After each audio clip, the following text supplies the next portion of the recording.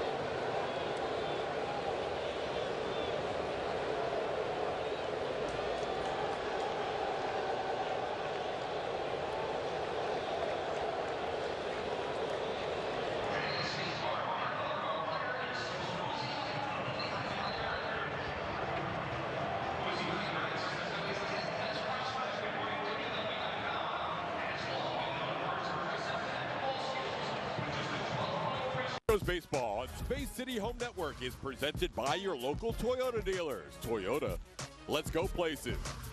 And by Lock Solutions, H-Town's favorite precast concrete provider. Lock, leading precast. Astros getting ready for Saturday Night Baseball. They were playing all the hits last night.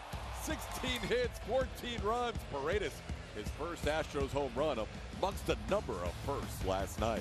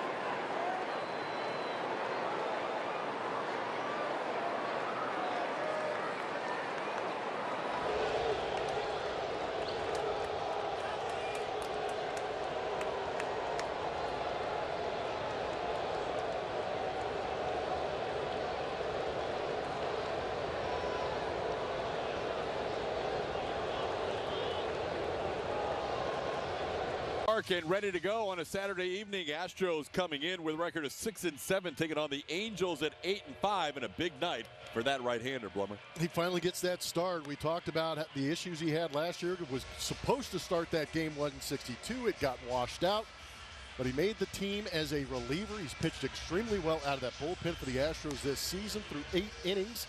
His 9 strikeouts, but here he gets that first big league start right here at Daikin Park. It'll be a lot of fun to see what Ryan Gusto can do.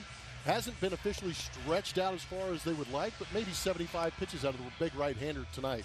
So Gusto will be on the mound for the Astros, and here is the opposing lineup he will see from Ron Washington and the Los Angeles Angels. Taylor Ward will lead off in left field. The Angels currently 3rd in Major League Baseball in home runs with 25 of them, including one from Mike Trout yesterday. Trout is tied for the Major League lead with 6. Jorge Soler bats cleanup and is the DH. Logan O'Hoppe, a tough night last night. Nolan Shonowell at first base. Kyron Paris off to a great start. He's putting up crazy numbers this season. Joe Adell in center field batting 8th. And the veteran Tim Anderson is the shortstop. He will bat 9th. Astros starting defense is presented by Xfinity. Zach DeZenzo makes his first Major League start in left field. His 3 previous starts this year have been in right, and last year he started at third base and first base on the infield. He's got Jake Myers in center and Cam Smith out in right. Isaac Paredes coming off his first Astros home run. He'll be at third base. Jeremy Pena at short. Jose Altuve back on the infield dirt. He'll play at second base tonight. And Christian Walker, the Gold Glover, at first. Yainer Diaz, after a career-high 5 RBI game, back behind home plate. Ready to go. Astros and Angels. Glad he could join us as Ryan Gusto throws his first Major League pitch as a starter. And it's a strike, says Alex McKay. We're underway. Taylor Ward, 31-year-old, led the team in home runs, hits, and runs scored last year. Played at all 13 games so far this year. Hitting .222 with 3 home runs, and Ward takes one up high for a ball, 1-1. Astros last night used Logan Banwai for 2 innings, Taylor Scott for an inning, and Luis Contreras for an inning. The entire team had the day off on Thursday, so a number of guys are working on 2 days of rest. Josh Hader working on 3 days of rest tonight. He did not pitch since the middle game in Seattle on Tuesday. 1-2 the count. And a ball up the middle, and Gusto gives up a hit in his first batter he faces as a starter. Taylor Ward, a leadoff runner for the Angels. Looks like a fastball up and in to Taylor Ward. You can see under MD Anderson strike zone, it did kind of catch that up and in corner. Just a better job by Ward, or Taylor Ward, hitting that right back up the middle. Did a good job of staying inside that pitch.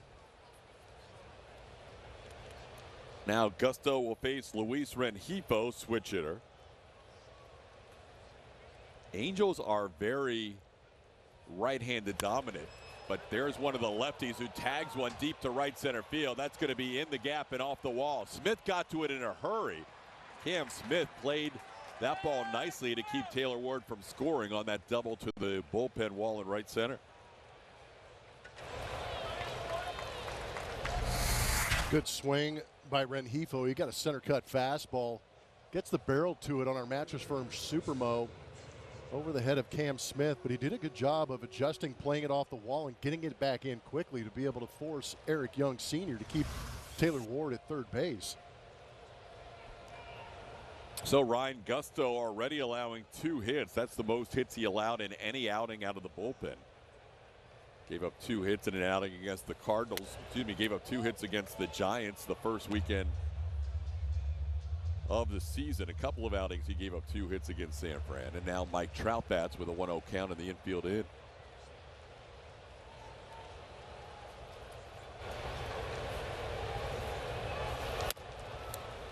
That one missing wide, 2-0. So a tough spot early for Gusto, who allows a single and a double. And now facing the 3, 4, and 5 hitters in the Angels lineup.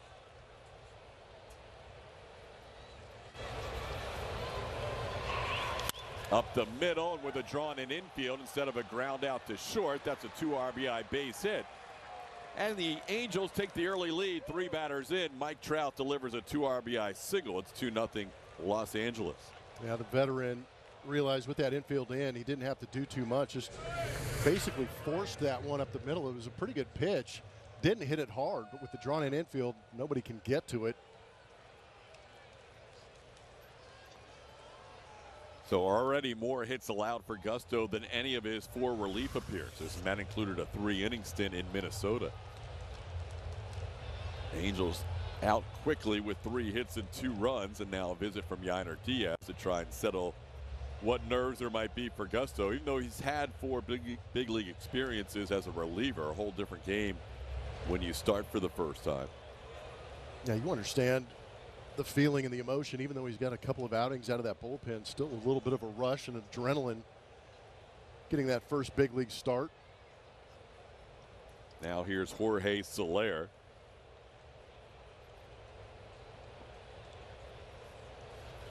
Soler takes the first pitch sweeper for a strike. It's 0-1.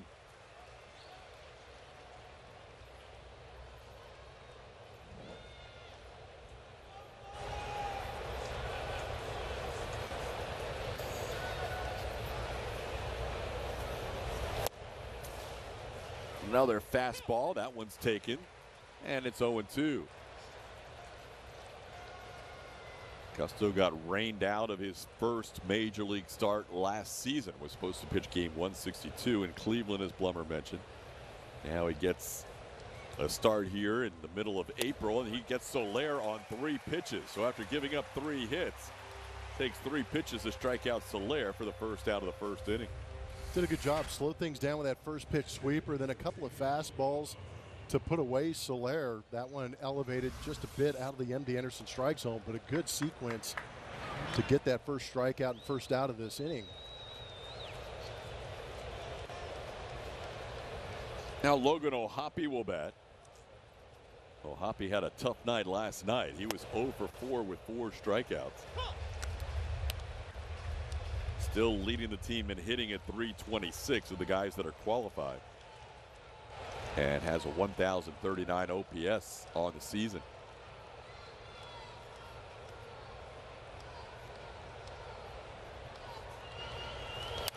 That one fouled back. Gusto has thrown 5 consecutive strikes after the Mike Trout 2 RBI single.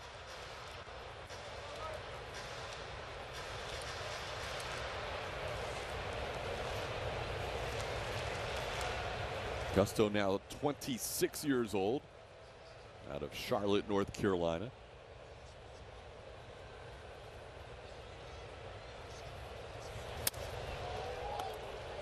Tough take, but a good take by O'Hoppe. It's 1-2.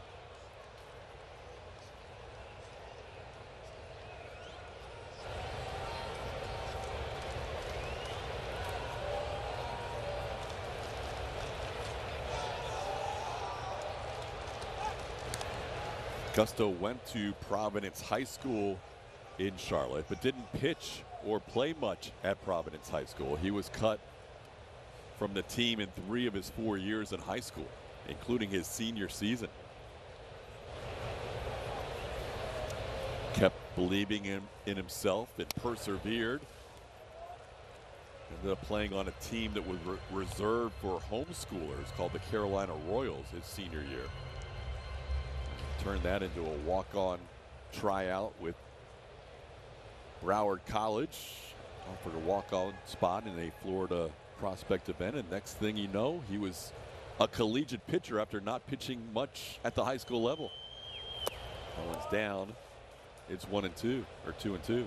It's already a heck of a story, but whenever he decides to move on from the game of baseball, which is hopefully in about a dozen years, that's incredible. Yeah. To be able to say, you know what, I'm not going to listen to you. I know I didn't make the high school varsity team, but I'm going to keep plugging along. I believe. And Ben Bazier, his coach, who's become a good friend, this ball in the right field, will be caught by Cam Smith for the second out.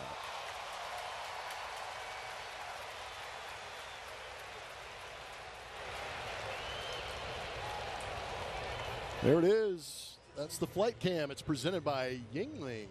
So we cruise across the club level, checking out Daikin Park. Nice feature to have here at Daikin Park throughout the course of the season. You can see the only left-handed hitter digging in the batter's box in the Angels lineup, Nolan Shonowell, as he slices one foul out of play. The head coach, or the coach that brought him into Broward Junior College, then moved on to another school, and Florida Southwestern was where Ryan Gusto followed his coach, who gave him a chance as a walk-on. Ben Bazier, now a very close friend of Ryan's. Ryan is his daughter's godfather, and had it not been for Ben Bazier offering him a walk-on spot in Broward, and the family moved down there to give Ryan a chance to really be at his best when he tried to pitch at the collegiate level, who knows, Ryan's career might have been over after high school. 1-1 pitch, grounded towards short. Jeremy Pena will go to first, and that will do it for the Angels. 3 batters in, they scored 2 runs. Gusto settles in after that.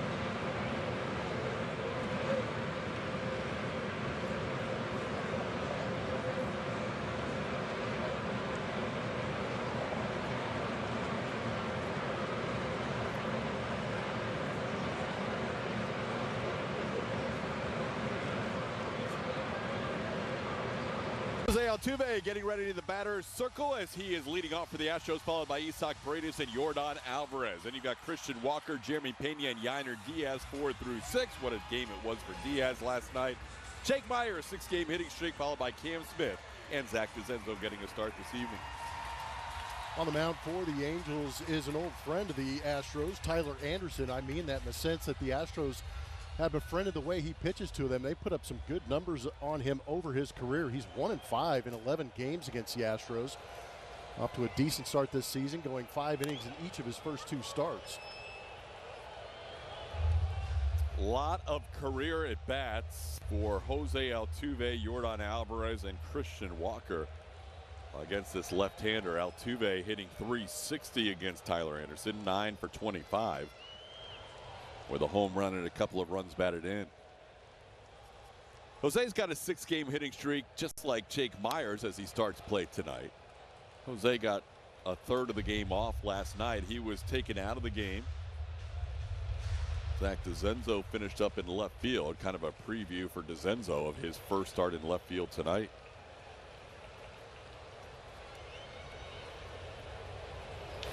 Little ground ball towards third, fielded there by Luis Rengifo. His throw in time to get Altuve. As Jose grounds out to start the bottom of the first.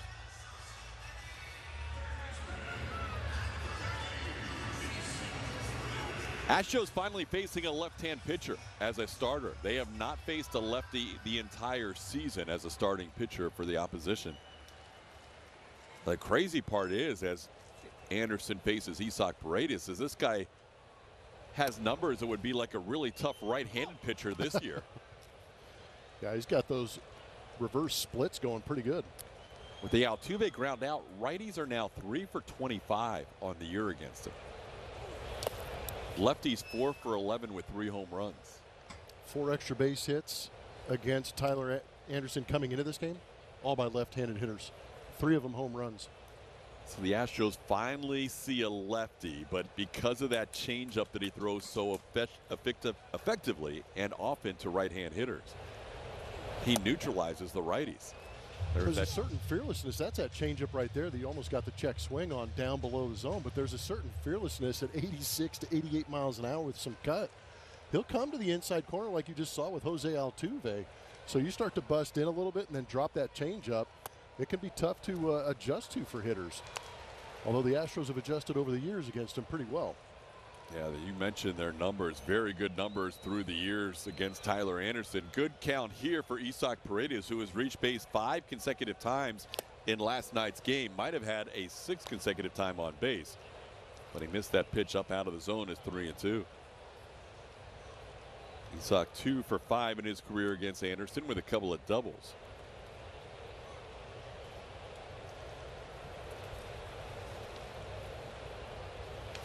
Ball hit sharply, but on one hop, Tim Anderson is there from deep shortstop. Fires a strike for out number 2. Ball was well struck by Isak. Seeing the ball well here recently. And there's the numbers since 2023 for Tyler Anderson, 29 in the 3rd innings. The Astros batting average at .315 and that OPS up over 900. Alvarez accounting for a lot of that damage with OPS at 1467. Yordan very comfortable in his career against Anderson, who pitches to the big man here the way he wants to. Base is empty and 2 outs. Drops in a strike. It's 1-1. Tricked him. Just threw it right down the middle. At 90. That's the interesting thing. His best secondary pitch is that changeup, but it moves back to the left-handed hitter. So he relies on a lot of fastballs away and that cutter away, but it kind of forces Anderson to pitch to one zone against Yordan, and Yordan likes getting those arms extended.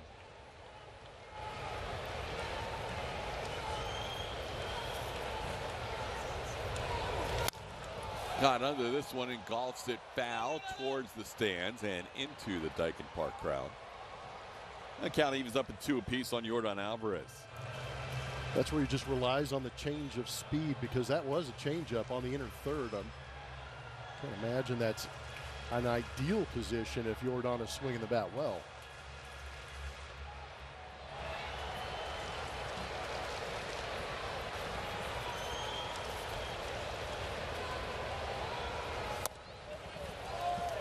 Delayed call, but a called third strike, says Alex McKay. Caught the bottom of the zone, and Jordan goes down looking to end the inning. Tyler Anderson, a 1-2-3 start to this one.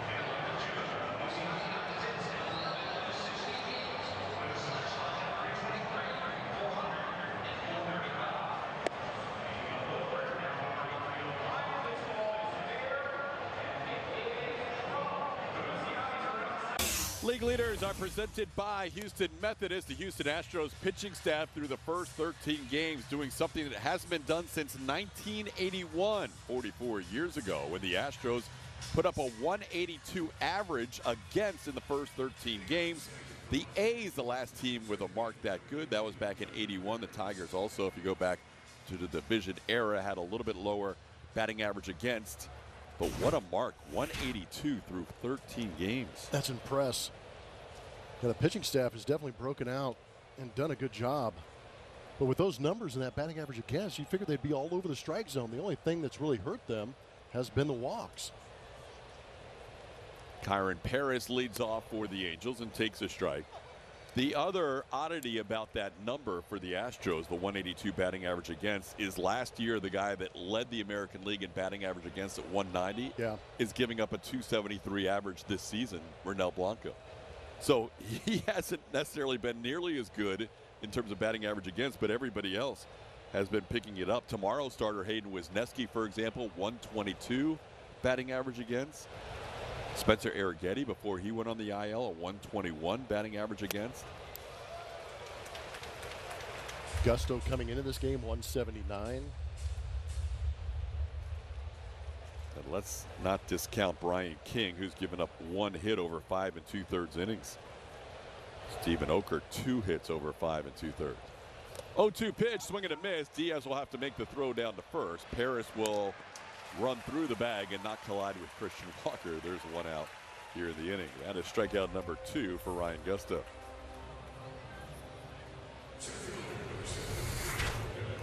Good job by Gusto going to that curveball. That's a big swing from Paris in that 2-strike count. Fortunately, Yiner able to keep it in the vicinity to be able to go out there and make the play. Now Joe Adell will bat.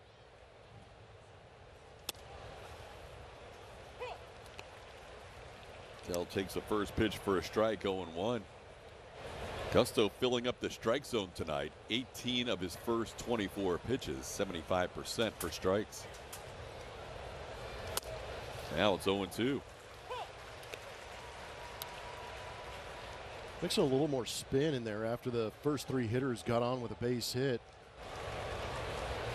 Seemed to be sitting on that fastball. Came into this game throwing it around 67% of the time.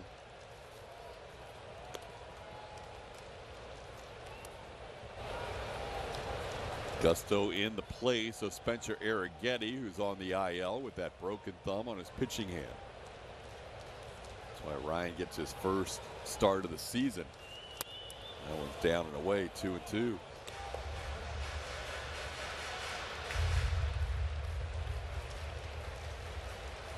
Gusto last year, the PCL's ERA leader.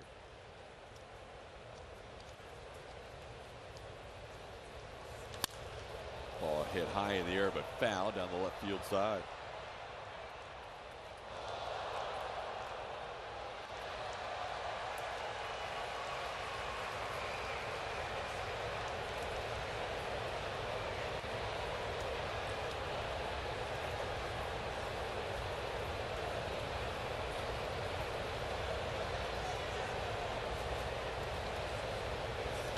Look out. Right along the Astros dugout. That was a late call to 911. Yeah. Fortunately for Joe Adell, they picked up. There's a rocket going into the front of the Astros dugout. It's Joe Espada and the bench coach. Or Lopez out there watching a little Astros baseball on a Saturday night.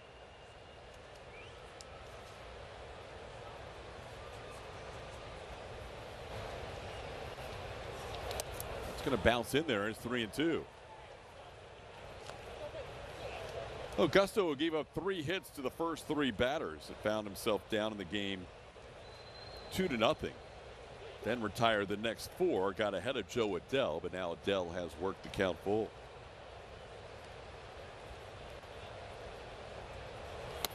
And that one's down and away, ball 4. First walk of the night for Gusto, 1 out base runner for the Angels. Ladies, don't miss Girls Night Out next Saturday, the 19th, presented by Kendra Scott. Celebrate with music, photo ops, a vendor expo, and more. Plus, get your glitter jersey and bracelet add-on package while supplies last at astros.com/GNO.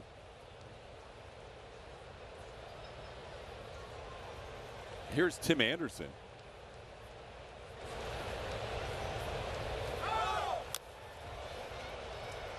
That one's fouled back to the screen. Speaking of Girls Night Out, we haven't even mentioned a special day today.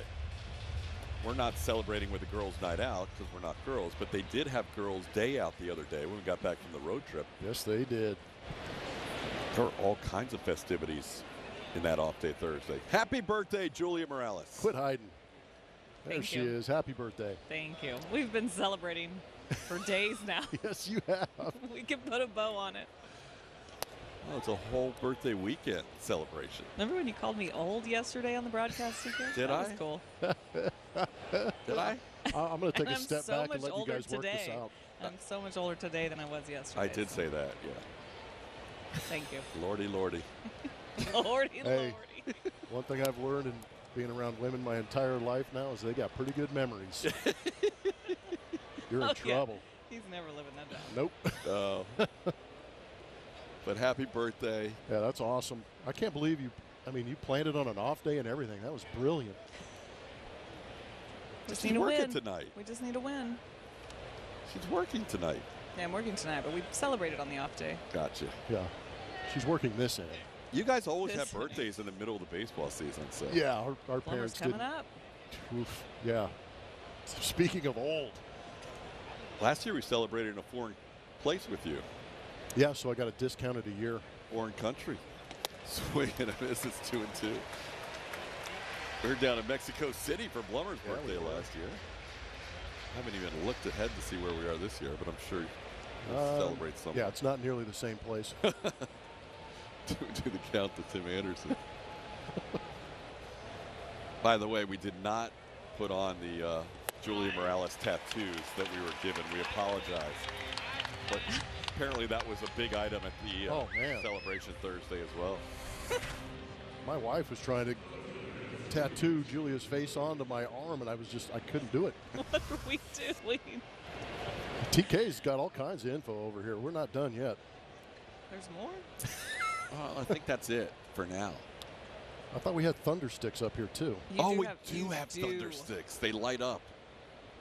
It's a little too bright now with the sun shining through the panels in the outfield to do the thunder sticks. But yeah, they light up. Also, you guys didn't come through, but Josh Hader did. Josh Hader's got your tattoo? He's tatted. Is he? He's got my face on his arm. On Is his it throwing visible? arm? Like if he pitches? Oh. Like will it be seen if he's on the mound? It's on his right arm, so. Oh boy. Yeah. Trying to think of the motion. I don't know. We might get a shot of it if he gets in there later. It's a great tease for people to stay tuned. Yeah, because if he's in the game, that means he's hopefully closing it out. That's a good thing. After the strikeout to Anderson, it's 1-1 on Taylor Ward. We have the Thundersticks in the booth now, Julia. Yes. We're ready. Party time. They light up. Julia's Jungle Party. This is this was well thought out and planned. There was a theme. I'm just disappointed that they don't react to her voice. Like if there was some kind of synchronicity between the lights and the voice of our birthday girl. Everyone needed him in the ballpark. What were we thinking? I can't believe Fromber doesn't have one of these. Oh. There's still time. 2-1 pitch is upstairs, and the count's 3-1. Yainer Diaz takes the mask off to the top of his head. Shouts a little encouragement to Ryan Gusto here with a runner on and 2 outs. Gusto's up to 40 pitches already. Blummer mentioned when he took the mound that he will be limited tonight. So the Astros would like to see him be a little more efficient than 20 pitches per inning. There's a swing and a miss. It's 3-2. It's got to be a good feeling for a pitcher knowing that you can throw your heater in a fastball count and be able to get that swing and miss, but a lot of it has to do with location. There's a good spot for it. Remember, Taylor Ward got a base hit on a fastball in. Got him. Gusto picks up 3 strikeouts in the inning. He worked around a walk as well. He's got 4 in the game, and the Astros come to bat trailing 2-0.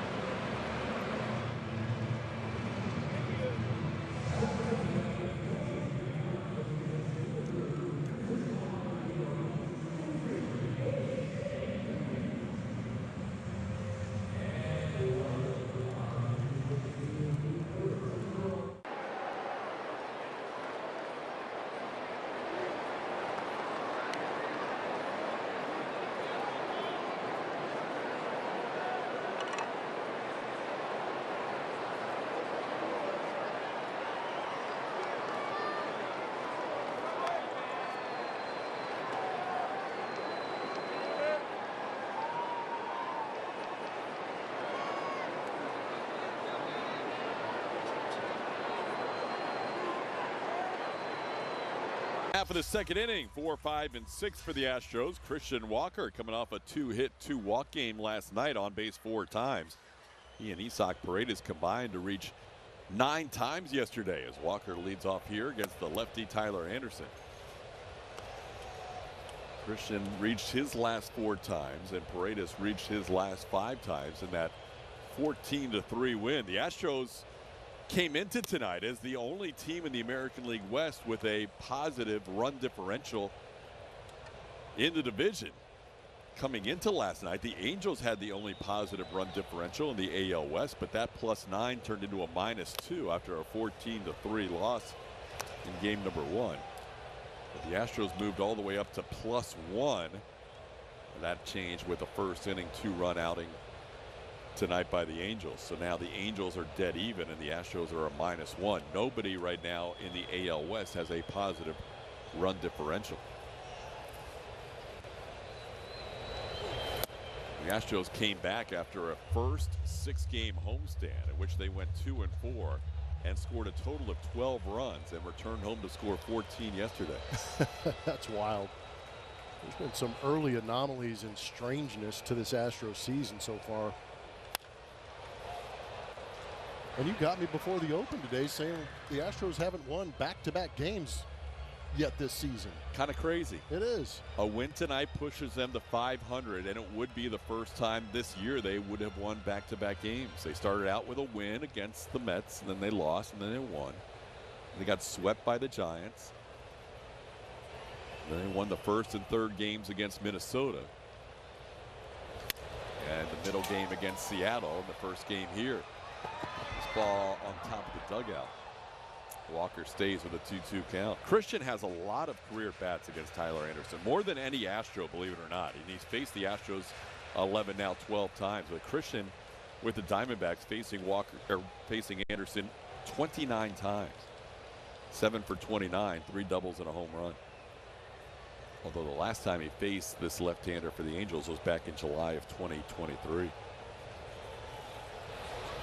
Walker spending all his years with the Diamondbacks, and Anderson started his career with the Colorado Rockies, so that's when they matched up most of the time.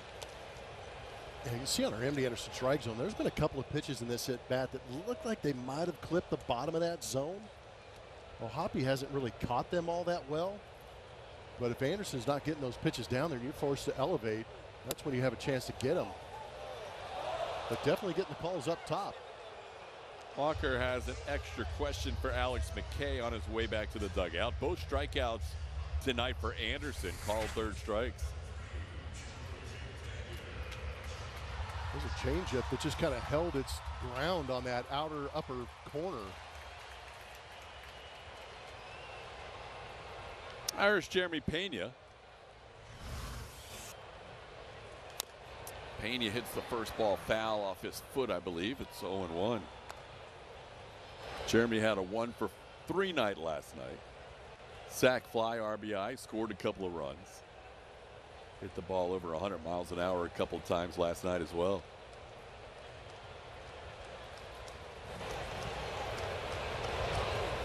Jeremy goes after that fastball up at 90 miles an hour and is down to the count 0-2.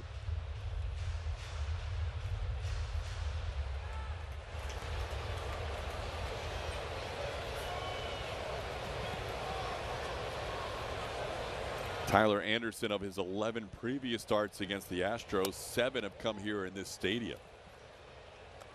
And that's where the Astros have done a lot of their damage. 7.79 ERA, 30 earned runs charged to Anderson in those 7 starts, over 30 and 34 and 2/3 innings. And he gets the strikeout on the changeup. That's 3 consecutive strikeouts for Tyler Anderson and 2 outs in the inning. Orbit's birthday is tomorrow, and he wants to celebrate with you. Purchase your beanie and birthday party add-ons while supplies last. Learn more by visiting astros.com/Orbit's birthday. Orbit's birthday one day after Julie Morales. That might be the biggest weekend of the year. Might be the biggest weekend in Houston all year. More of his friends have confirmed. Here we go. What do we have? More mascots coming. Toro's coming. More of your friends. These are also my friends. I can't believe you don't follow this so closely. Slugger, Mr. Met. We talked about Paz, Dinger. Diesel's a local. Diesel. Hunter Brown? Not Hunter. Hunter will be here too. You say Kikuchi.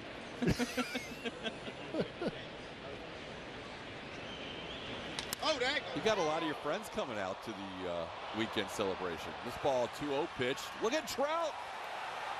Trout's claiming interference, but that is in the stands. That is not his ball. That's a fan's ball. Yep. Well, he can argue all he wants, but that is a fan's right.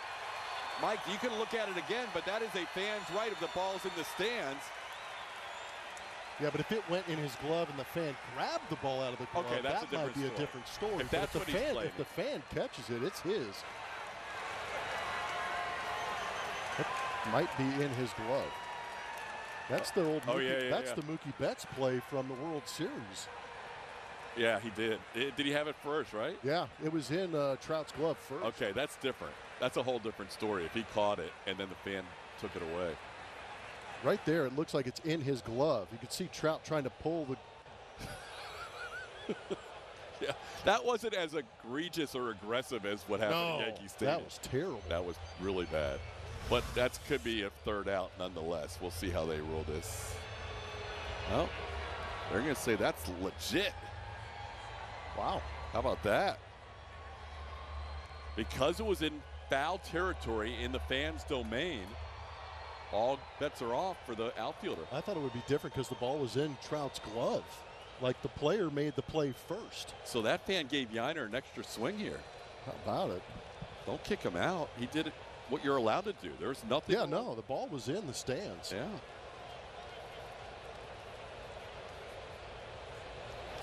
Well, Yainer sends this one in play. So instead of Trout getting the put out, it'll be Joe Adell, the center fielder, for the final out of the inning. 6 up, 6 down by Tyler Anderson.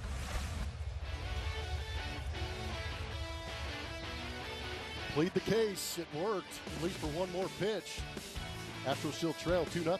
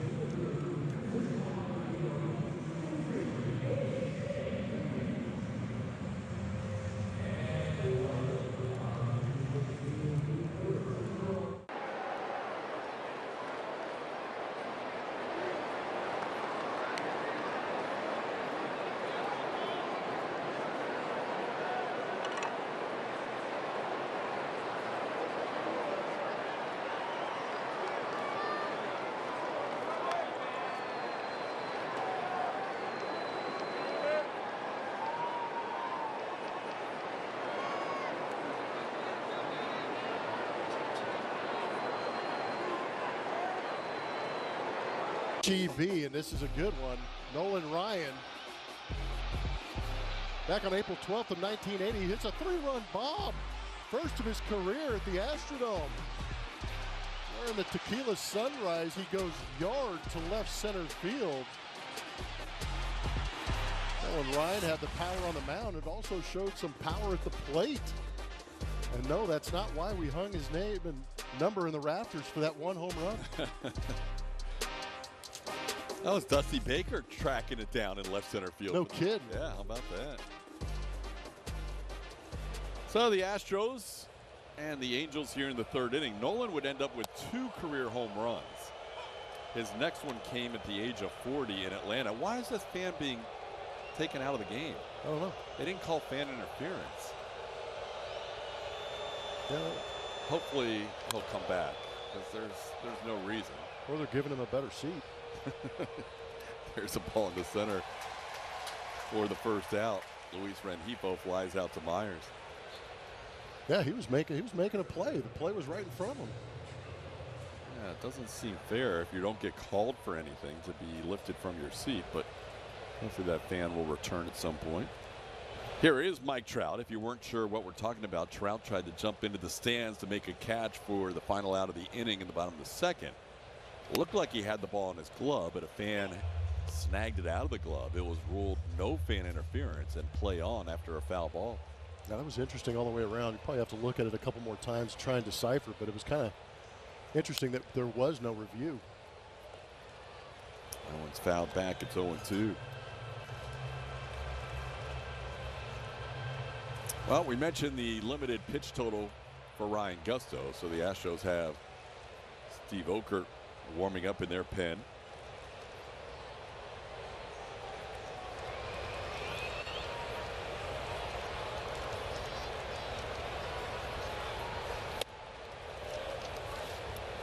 Gusto right now approaching 50 pitches in the game. Trout singled in 2 runs his first time up with a drawn-in infield, was able to shoot one past Jeremy Pena.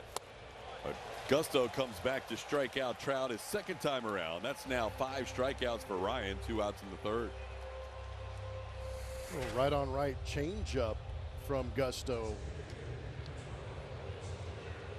Probably his best secondary pitch, and obviously not afraid to throw it right on right. There's Jorge Soler.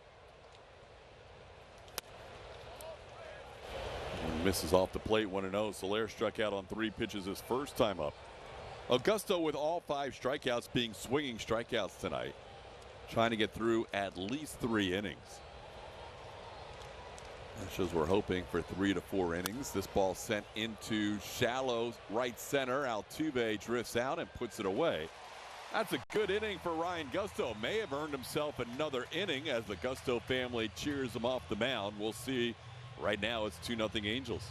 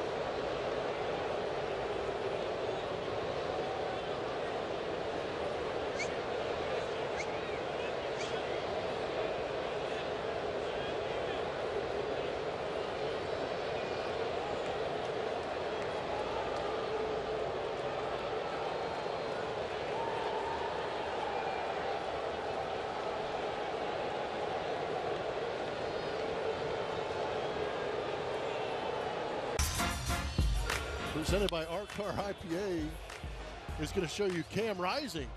5 for his last 11, a 1409 OPS, driven in 5 runs in those last 3 games. And last night we got to witness another first. It was that first big league home run for Cam Smith. He has burst onto the scene. He's burst into our hearts. Tough start to the season, but here in the last 3 games, starting to get his legs under him and driving the baseball. It'll be Jake Myers, Cam Smith, and Zach DeZenzo here in the 3rd inning, facing Tyler Anderson, who's retired all 6 Astros he has faced so far. Jake sends the ball into center field. Joe Adell, to his right a few steps, puts it away for out number 1. Cam not only picked up his first big league home run, also picked up his first major league stolen base.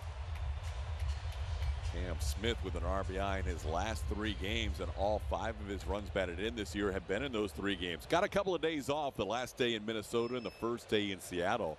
And those 2 days really have turned things around for Cam. He has been a different hitter since watching a couple of games of baseball. There's a strike. It's 0-1. He's 5 for his last 9 after starting 2 for 20 on the year. That changeup has fooled a lot of big league hitters with a lot more time than Cam Smith. It's 0-2.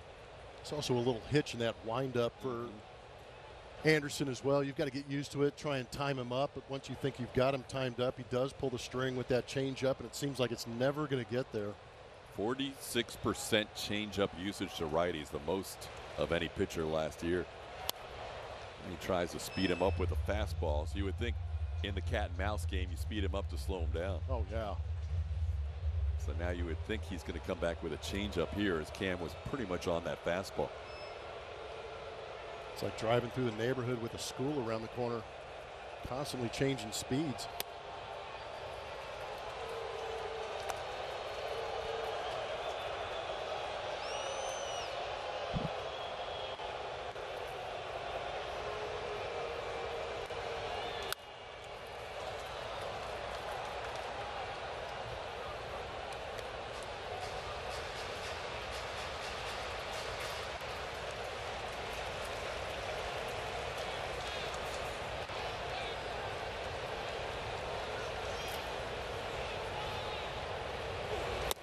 That's called third strike.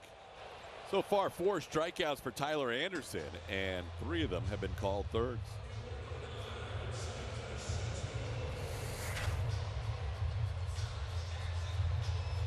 It's 3 strikeouts now with the changeup. A couple of them on that outside corner where they've just kind of hung out there, and Astros have yet to offer at it. Zach DeZenzo getting a start tonight. Chaz McCormick has the fewest at-bats on the season for the 25 Astros, but Zach has the fewest plate appearances. Just 1 for 11 so far on the season. Goes after that pitch and misses. It's 1-1. Joe Espada trying to find places to play DeZenzo, so the young infielder, outfielder doesn't get too rusty as he hits this one towards short. Played there by Tim Anderson, and that's another 1-2-3 inning. Tyler Anderson, who has not had a lot of success in this building, likes the name change to Daikin Park. He has been perfect through 3.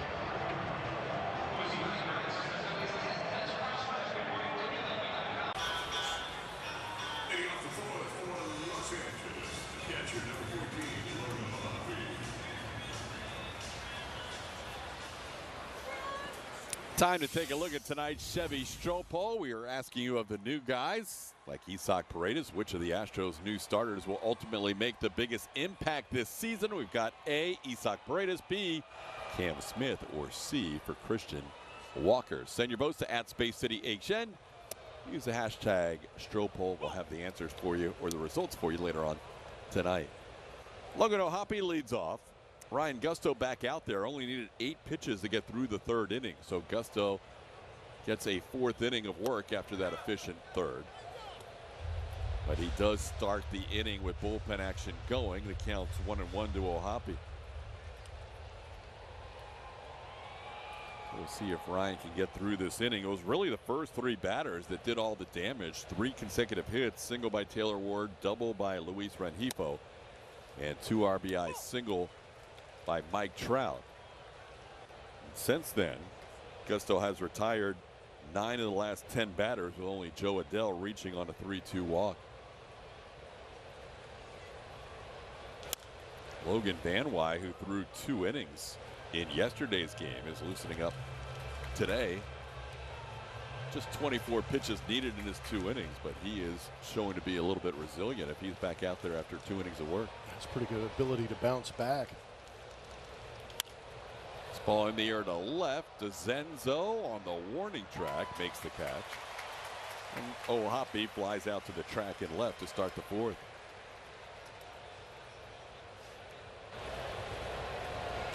A little bit different height out there in left fielders from game 1 to game 2 of the series. Yeah, he gained a whole foot of human. Here's Nolan Shonowell. DeCenzo every bit of 6'6" out there.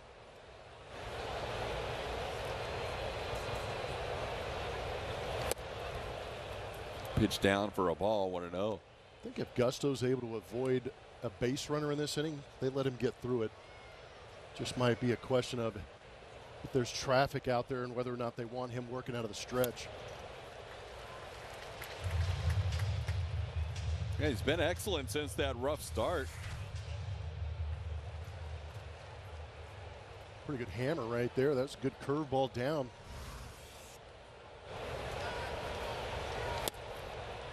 A little bit below the zone, 2-1 to Shonowell. Shonowell grounded out his first time up. He's riding a 4-game hitting streak entering tonight.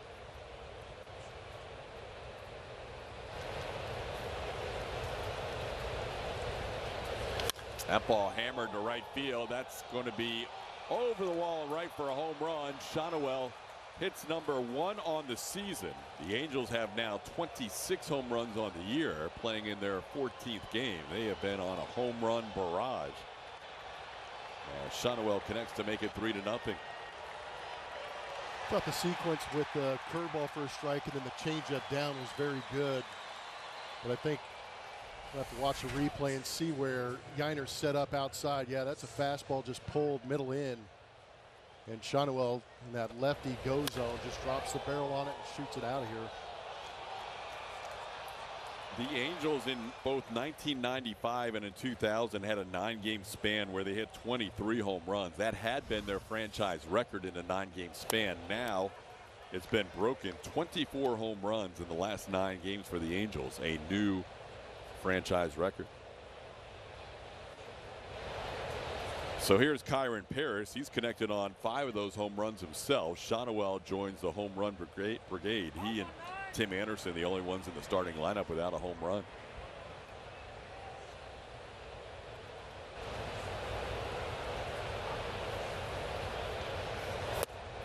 Paris down in the count here, 0-2.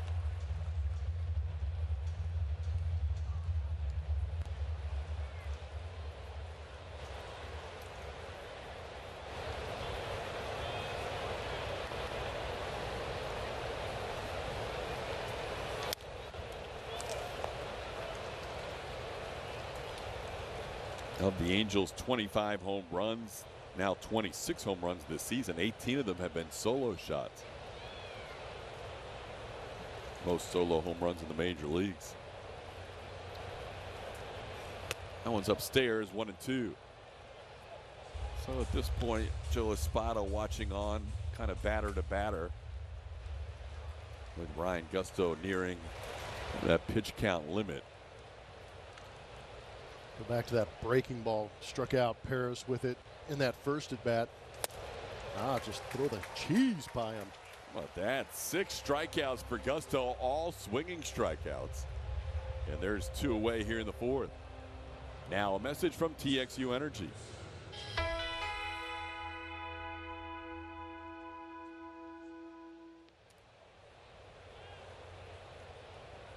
Number 8 hitter is Joe Adele. Walked his first time up. Gusto to this point 4 hits, 3 runs, and a walk. Trying to get through 4 innings tonight in his first major league start.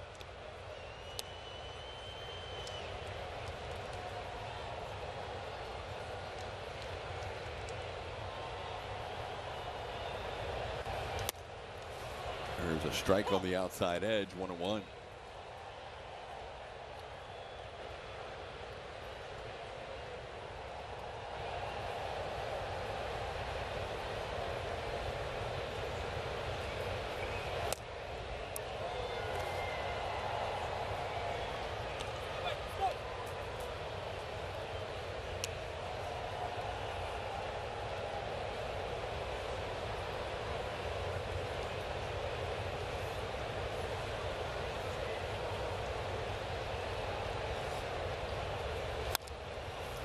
Just foul down the first base side. That was off the end of the bat and spinning, but stayed foul.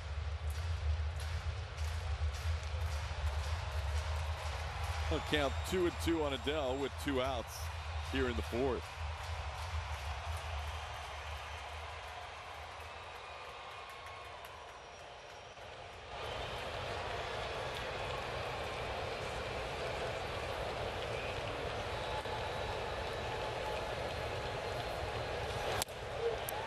Pretty close.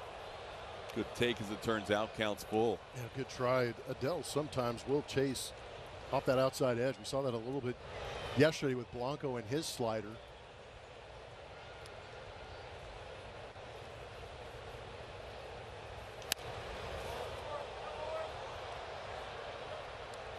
This will certainly be the final batter for Gusto. So he'll throw his 70th pitch. He's now at 70 right now. So whether he gets Adele to end the inning or if he loses Adele, that'll be the end of his evening. Couple of singles, a double, and a home run to this point.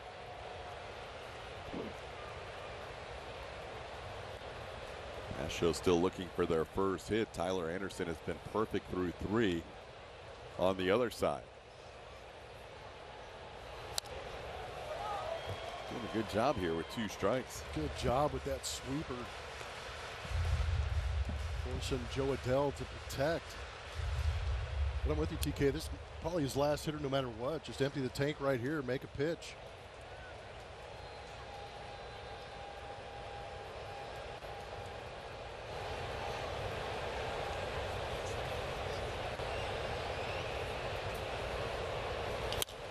Into center field. Back goes Myers. Has room, and Jake puts it away for the final out of the inning.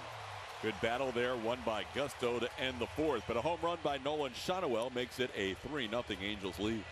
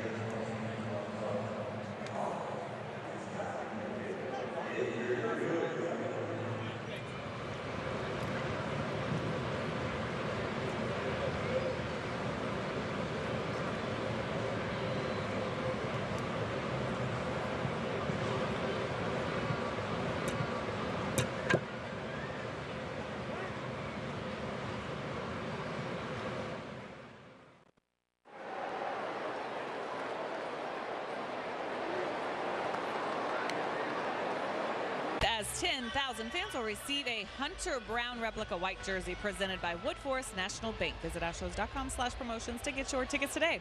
TK? All right, Julia. That Friday night will probably be the next time we'll see Ryan Gusto on the mound, as the Astros have the day off Thursday. If they stay in rotation, that would be his time to start again. But his day probably over after 4 innings. Gave up 3 runs in his time out there in his first major league start. And now the Astros try to go to work second time around against Tyler Anderson, who's been very good so far. Only 41 pitches needed to send down the first 9 Astros in order. Altuve grounded out his first time up. And Jose pops a foul out of play. It's 1-1.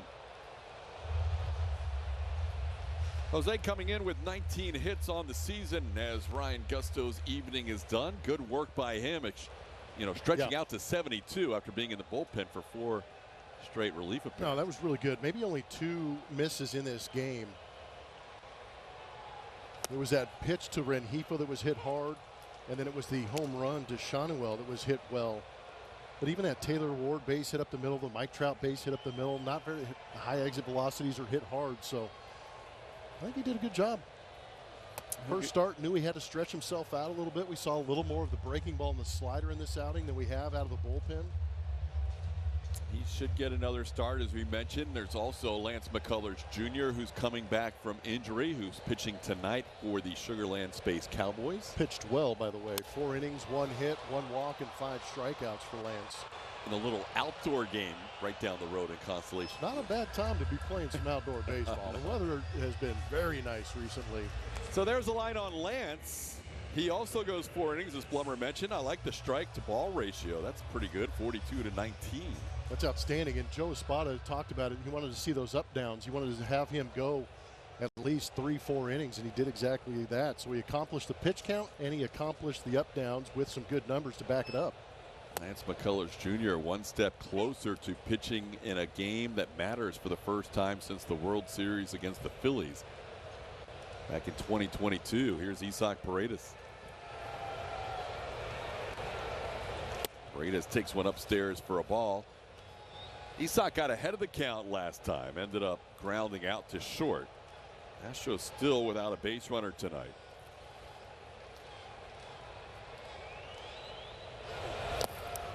And one's down, 2-1. Astros one night after pounding out 16 hits and 14 runs. So far have no base runners through the first 10 batters. Baseball's crazy. It is. And this is a guy they've had success against as well. Well, here's the same count for Isaac, 3-1. Last time this count, Anderson threw a fastball up, may have been above the zone. Isaac got a little over aggressive. See how this plays out here. This one down, and Isaac draws the walk. So there is the Astros' first base runner, a walk ahead of Yordan Alvarez. Now a word from Taqueria Cervantes. As you know, my favorite food is a Taqueria Arandas. Sabroso, sabrosito.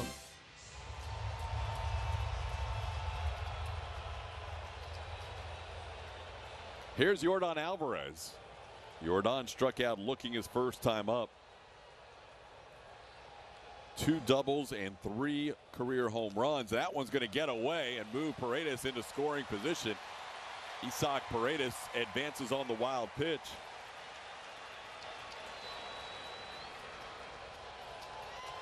Well, he choked that cutter off pretty good. Just yanked it down in the dirt. Nothing O'Hoppe could do right here.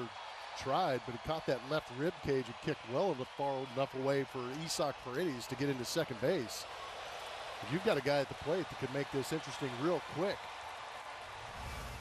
Very curious how Tyler Anderson attacks Yordan here. He's got a 1-0 count. He knows the damage Yordan has done to him in the past.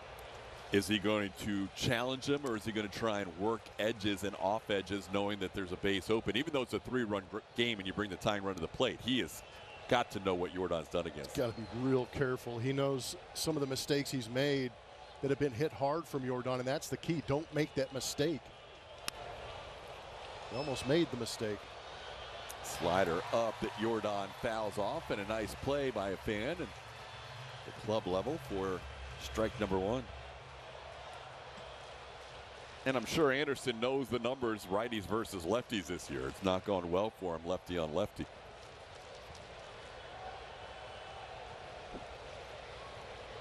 Yordan uses his timeout here with a 2-1 count.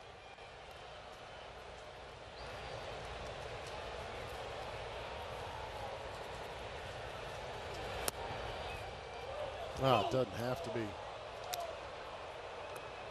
That pitch was at the bottom of the zone. It wasn't really received incredibly well, but still getting the call. It's 2-2. Yeah, we haven't seen too many pitches down there called by Alex McKay.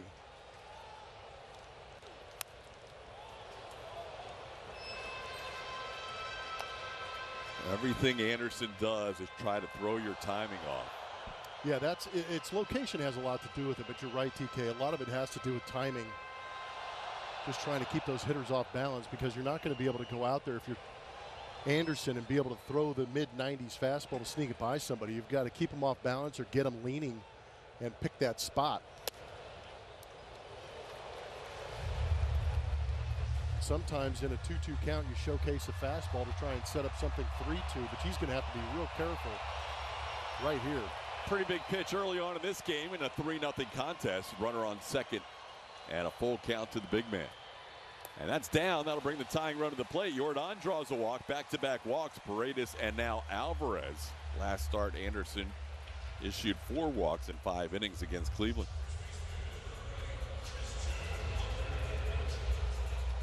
Draw a visit from Logan O'Hoppe. I guarantee you Christian Walker's having a conversation with Alex McKay about the previous at-bat that he was called out on. There was a changeup down that up that he felt was off the plate. So maybe massage Alex McKay a little bit and tighten that zone up in this RBI opportunity. Walker gave the Astros a 3-2 lead last night. It was his first base hit this season with a runner in scoring position. He ended up in his last 4 plate appearances with 2 outs and 2 singles, or 2 walks and 2 singles. Bats here with first and second and 1 out.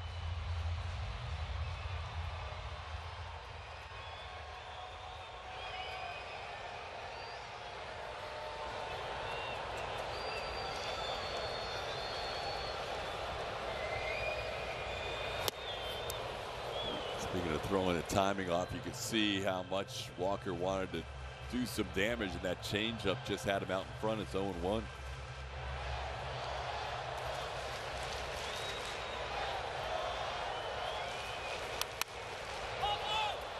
That's going to be foul and out of play, and the count's 0-2 on Christian Walker.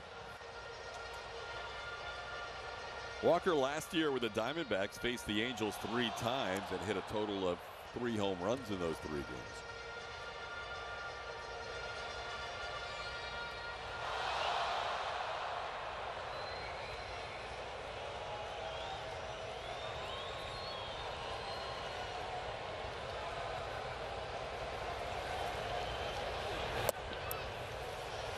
Low the zone, 1-2.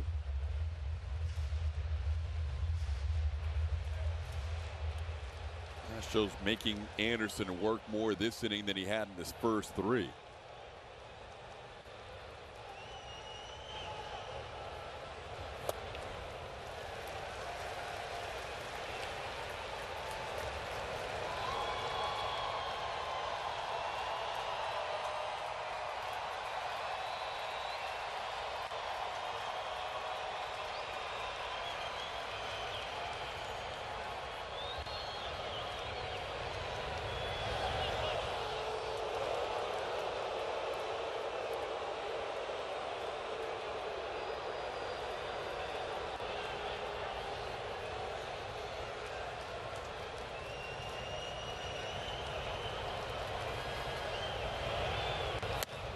Up and away. Christian had an 0-2 count and is now full.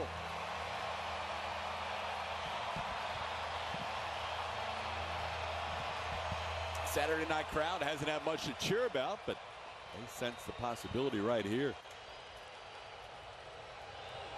That's going to be a 3rd consecutive walk in the inning. Christian Walker, who had no walks going into the last game in Seattle, has now 5 walks his last 3 games. Good eye. That changeup just never came back down to the zone.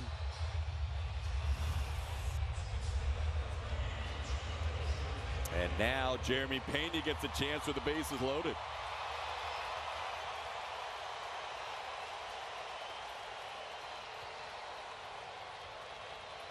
Pena batted twice with the bases loaded yesterday, so 3 of his last 5 plate appearances have come with the bases loaded. That means he's due. He is due. Nice low linea to a gap.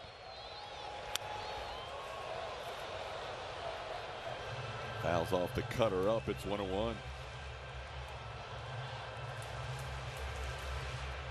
Paredes on 3rd, Alvarez on 2nd, Walker on 1st, 1 out, and Jeremy Pena. Chance to get the Astros on the board, down 3-0.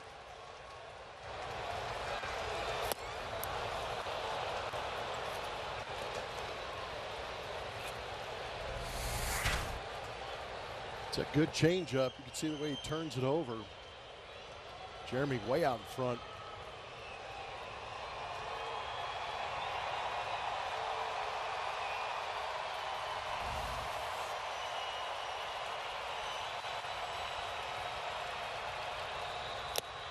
And he gets the fastball by him after that changeup. That's a big strikeout for the Angels and Tyler Anderson, 2 outs in the inning.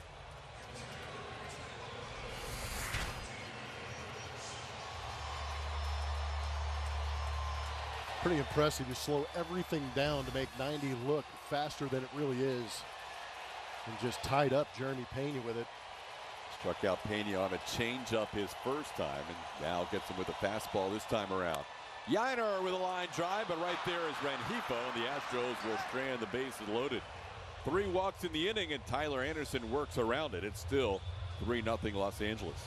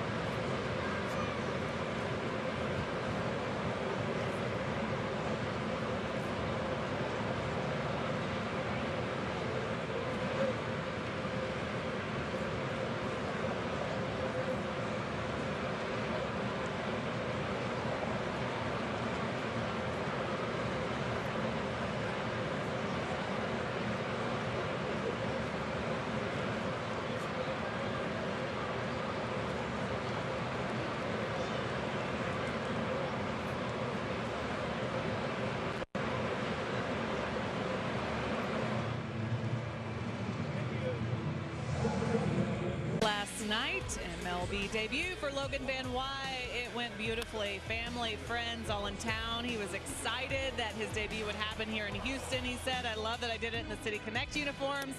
And then he had great defense behind him, but it was the reaction from his family that really got us all. He said he was getting treatment when he unlocked his phone, and he thought, should I wait to watch this, knowing that it was going to make him emotional? He said it's been a journey for all of them. My family, my girlfriend, my very best friend, all in attendance. The years of him in college and beyond, they were with him for it all, and of course taking it all in again tonight, TK. Yeah, I mean, what a moment. 2 innings of shutout baseball, no hits, no walks. Clipped Jorge Soler with a hit by pitch, the only base runner. Now he's right back out there after 2 innings.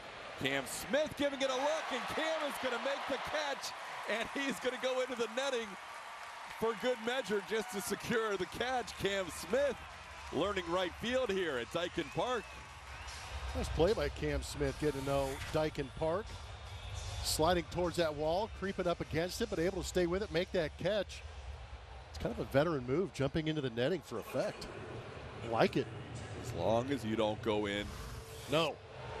Don't touch anybody or anything. Like Victor Robles did. That was an incredible catch. Yeah, that was terrible. It cost Robles a long stint on the IL. Or do what Yuli did back in Boston that one time where it looked like he got caught up in a lobster net. Couldn't get out. He couldn't. Taylor Ward with a 1-1 count. Ward singled and scored a run his first time up. He's also struck out. Ryan Gusto, 4 innings of 3-run baseball, struck out 6 while he was in there. And now he gives way to Logan Van Wy. Got to think Van Wy is just a 1-inning guy tonight after 2 innings last night. Ball into right field. Back goes Cam Smith, and this ball is over the wall just into the first row for a home run. Taylor Ward hits his 4th home run of the year. Van Wy gives up his first major league run. Guess all the Angels do is hit homers. Pretty incredible, the home run tear they've been on to start this season. That one just sneaking out to right field.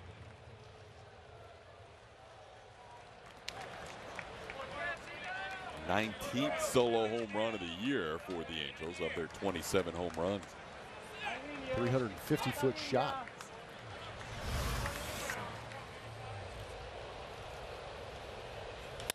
Now ball the other way for a base hit. Luis Rengifo with a clean single. So Rengifo and Taylor Ward at the top of the order, both with a couple of hits each. Well, there you see Van Wy going 24 pitches in his 2 innings of work. Brian Abreu, Stephen Okert, and Bennett Sousa all pitching on 2 days of rest.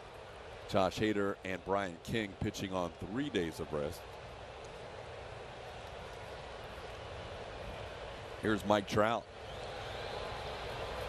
This is the part of the lineup that Van Wy faced when he came in yesterday. Faced Rengifo, Trout, Soler, O'Hoppe, the 2 through 5 hitters in the Angels lineup.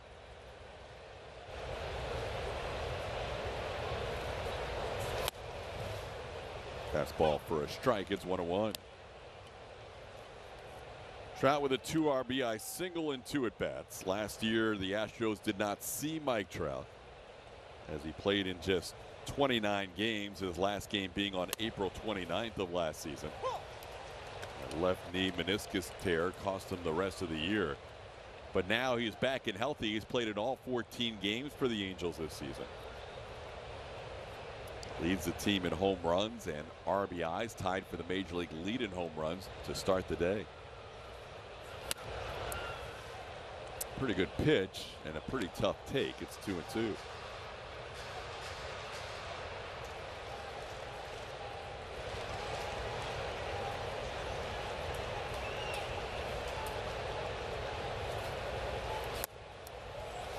Down and away, the count's full.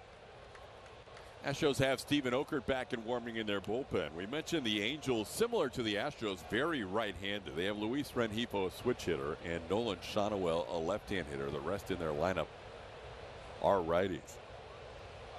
The Astros came into tonight having not faced a left-hand starter and facing the fewest left-handers by a wide margin in the major leagues. The next closest team was the Angels. The Astros had 14 at-bats against lefties. The Angels were next closest in the major leagues with 56 ABs. This ball towards the hole. Pena will go to second. Altuve gets the force out there.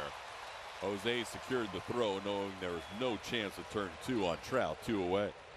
It's a really nice play by Jeremy Pena just to get that one out.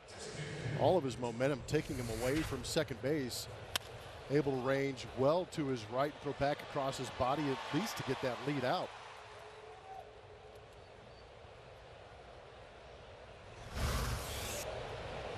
So now Van Wy faces Soler for the second straight night. Jorge has struck out and popped up. And takes the pitch off the plate for ball 1.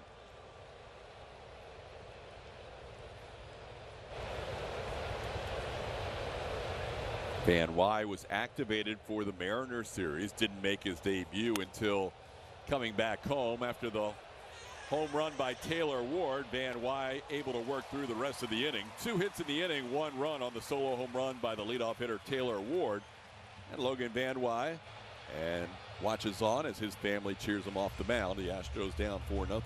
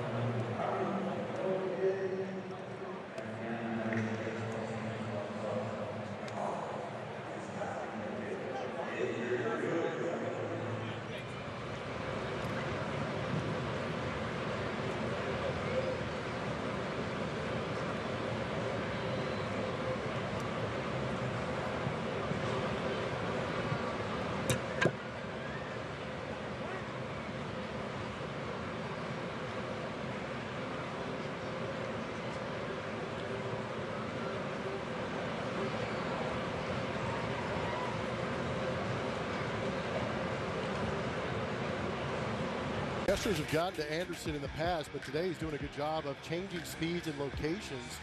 But change-up, cutter, change-up, four-seamer, by changing the velocity of those pitches and locations, he has the ability to sneak just 90 miles an hour past hitters with some late swings and late swing decisions, with the ability to change speeds and move the baseball around. He's been effective so far through this lineup. In fact, not giving up a hit even though he's walked 3. This time around, second time through the lineup, he's decided to switch things up. First time through, did not start anybody with a changeup. And now 5 of the first 7 hitters this second time through, including Jake Myers, he started with a changeup. That's not all that unusual for Anderson. He has a higher first pitch changeup rate than any other pitcher in baseball, 34% last year. Jake flied out to center his first time up. Now a 1-1 count as he leads off the 5th inning. Anderson walked Paredes, Alvarez, and Walker in order in the 4th, but the Astros unable to convert. The Pena strikeout, and then Yainer Diaz hit a line drive to third to end the inning.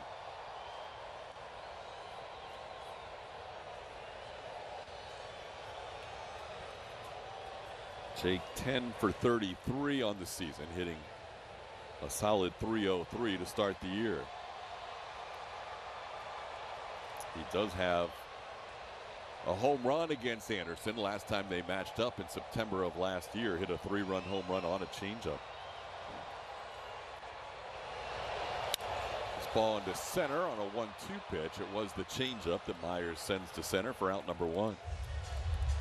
StatCast 3D powered by Google Cloud's going to show you some of the pitches and pitch locations on the 5 hits in the last 3 games for Cam Smith. Has the ability to take some of those pitches that you see middle and go the other way with them, but he's gotten some pitches that he was able to turn on. And that home run coming on a changeup last night that he was able to sit back on and elevate to left field. Pitch down for a ball, 1-0. That is now 6 of 8. First pitch changeup, second time through the lineup for Anderson.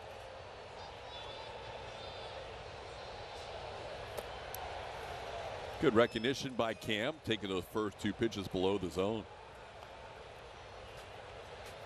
We talk about guys in the minor leagues not having seen certain angles like Tyler Rogers or certain velocities when guys are throwing 100 plus.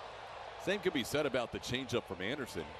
Even though he doesn't throw hard, that changeup is more deceptive than most minor league changeups that Cam Smith or collegiate changeups Cam Smith has seen.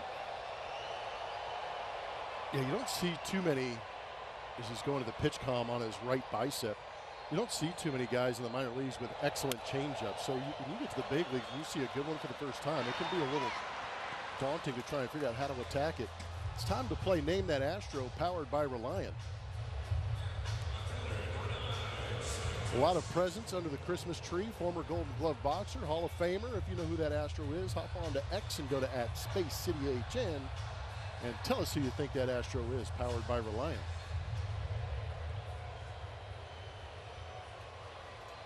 So here's Zach DeCenzo. Astros still looking for their first hit against the lefty.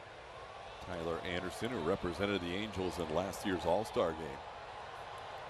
Zach grounded out to short his first time up.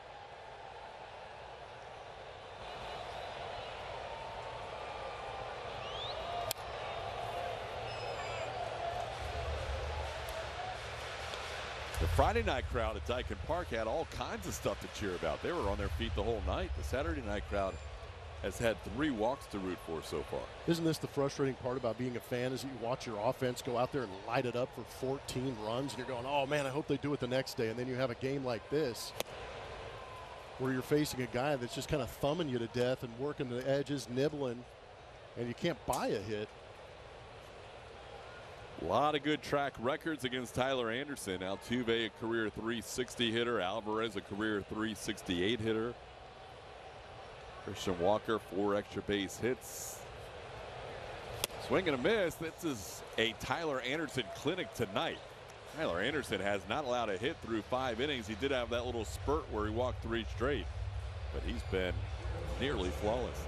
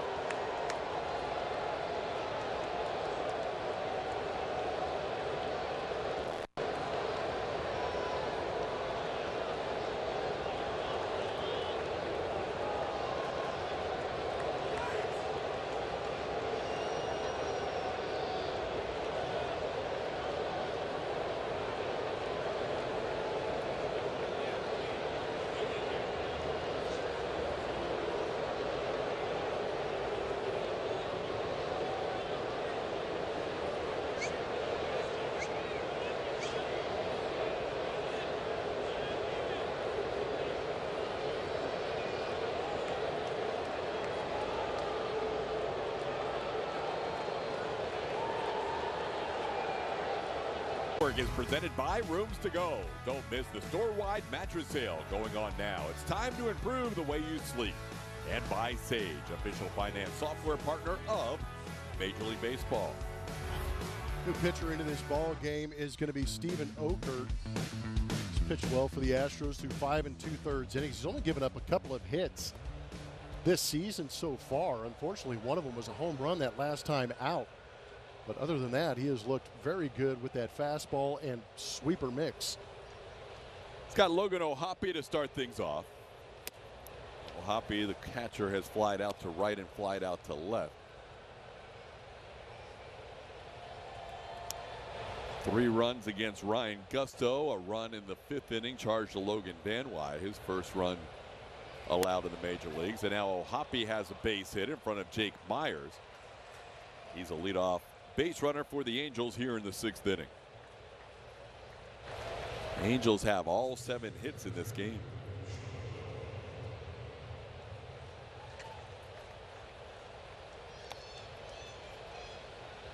Okert now facing the only lefty in the lineup, Nolan Schanuel. Schanuel hitting a solo home run against Ryan Gusto on a 2-1 pitch. Got his first of the year. So now everybody in the Angels lineup 1 through 8 has at least 1 home run. They have 3 different hitters. O'Hoppe, Paredes, and Trout, who have at least 5 home runs. Trout has 6. Off the end of the bat into right field. Cam Smith camps under it, and there's one away.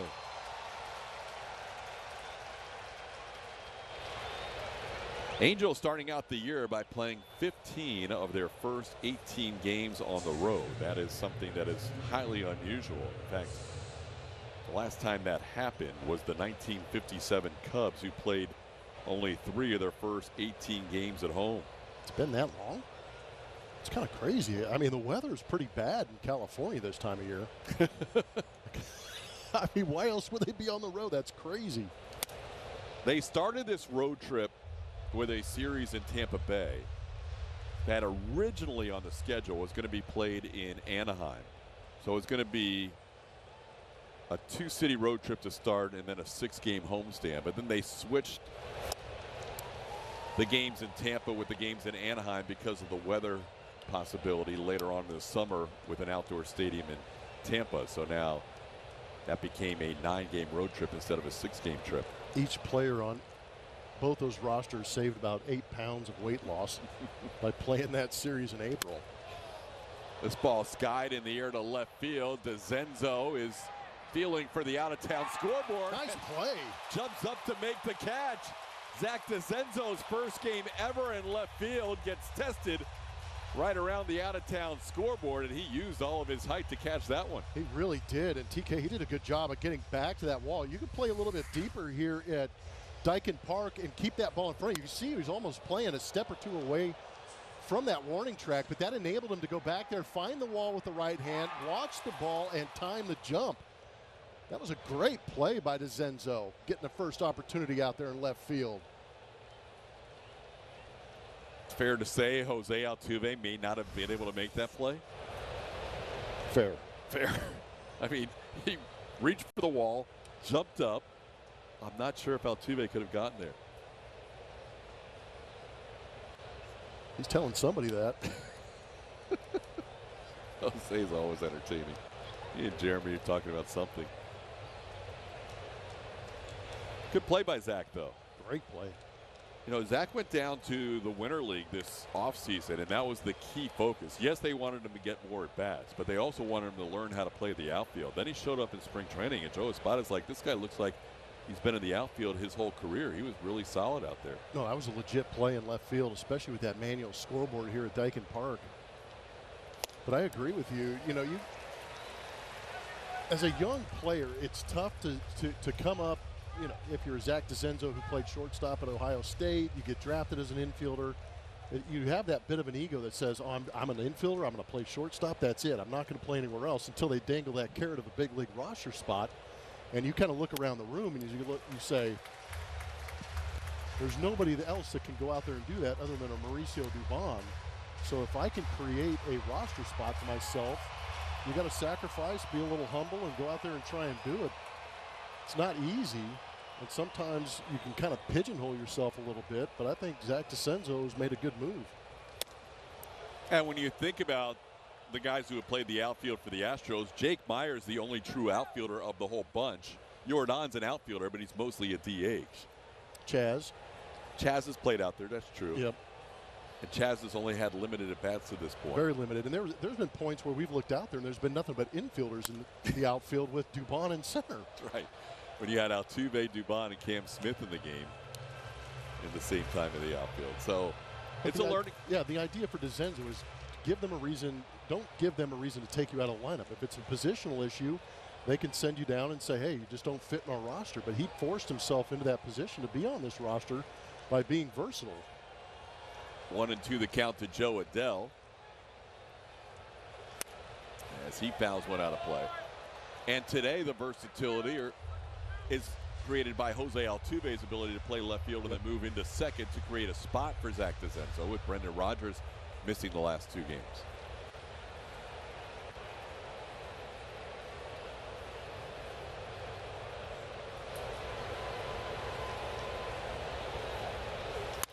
Into right field, the other infielder converted to outfielder, puts it away, Cam Smith, for the final out of the inning. So Stephen Okert works around a leadoff single to get the next 3 hitters, 4-0 Angels.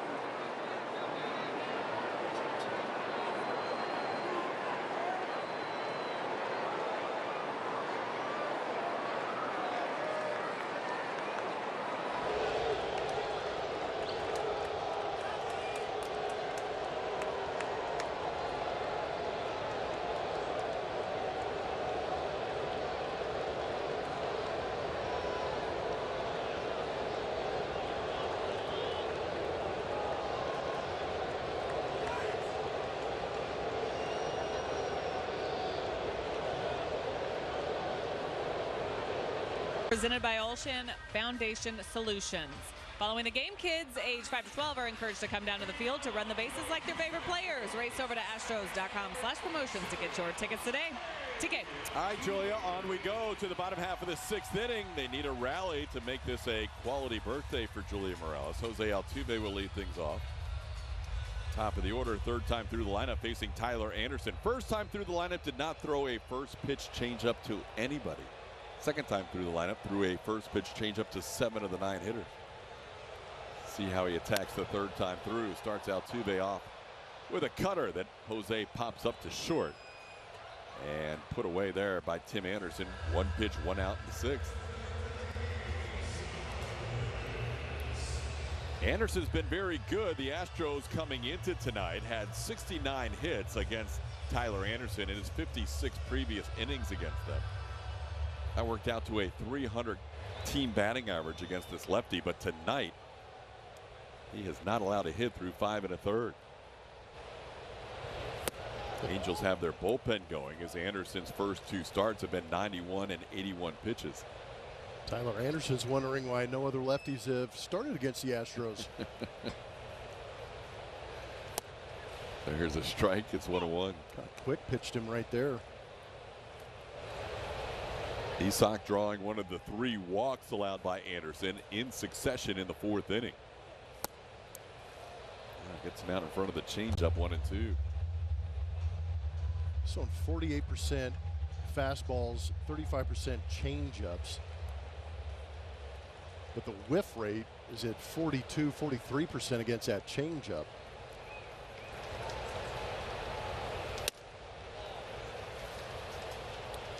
The Astros are making contact with the fastball. The whiff rate just down to 19% against it, but they haven't. They've hit 1 ball over 95 miles an hour, and it was a ground out from Isak Paredes. That's not 95s. It goes past the mound with some spin and played there by Paredes for the 2nd out. It's time to name that Astro, powered by Reliant. We gave you the 3 clues. A lot of presents under the Christmas tree. Former Golden Glove boxer, Hall of Famer. Who is that Astro, powered by Reliant? Our favorite DC, Dave Clark, first base coach for the Astros. One of 15 kids. He was 26-0 as a Golden Gloves boxer in high school. He's in the Jackson State University Hall of Fame. And can put an absolute lock job on your handshake. Yordan Alvarez towards the corner and left, and it's going to be a fair ball. The Astros have their first hit, and Yordan into second base with a slicing double. Astros finally on the board with a base hit.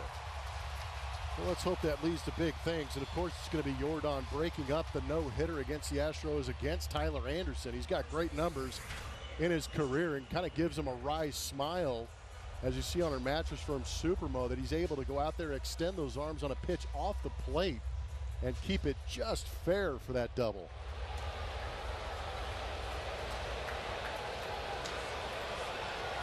Hit the base of the wall. I think Taylor Ward probably thought it was going to be higher up on that wall. He had a long way to go to get to that as Christian Walker fouls it back. So it took the Astros 21 batters before they pick up their first base hit. And now Christian Walker, who walked his last time up and has drawn 5 walks in the last 3 games, hits here with 2 outs.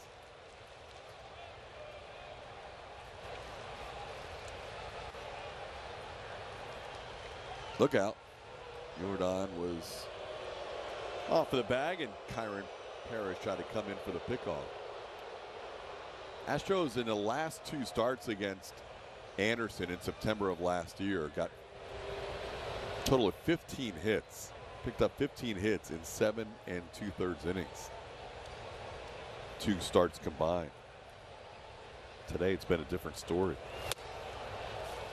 Got in on Christian there and gets ahead of the count 0-2.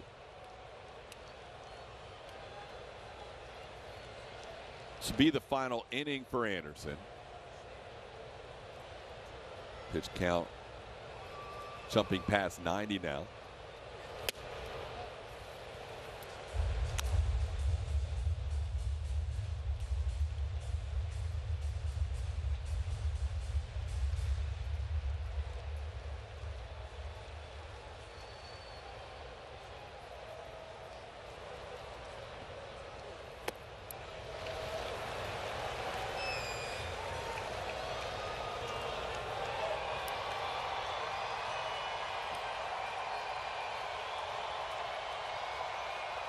Astros' 3rd at bat of the game, 4th plate appearance with a runner in scoring position. They're 0 for 2 with a walk so far. Another good job by Walker getting down the count and then working it back to 3-2. Every count tonight's been a full count for Christian. Yeah, he's seen a couple of changeups in those full counts too. The first one he went down looking on the changeup. The second one he drew the walk on the changeup up.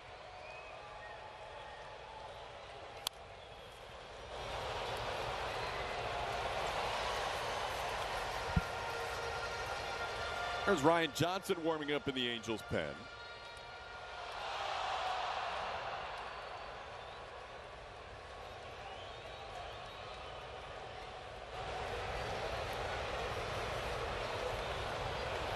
Off the plate, ball 4.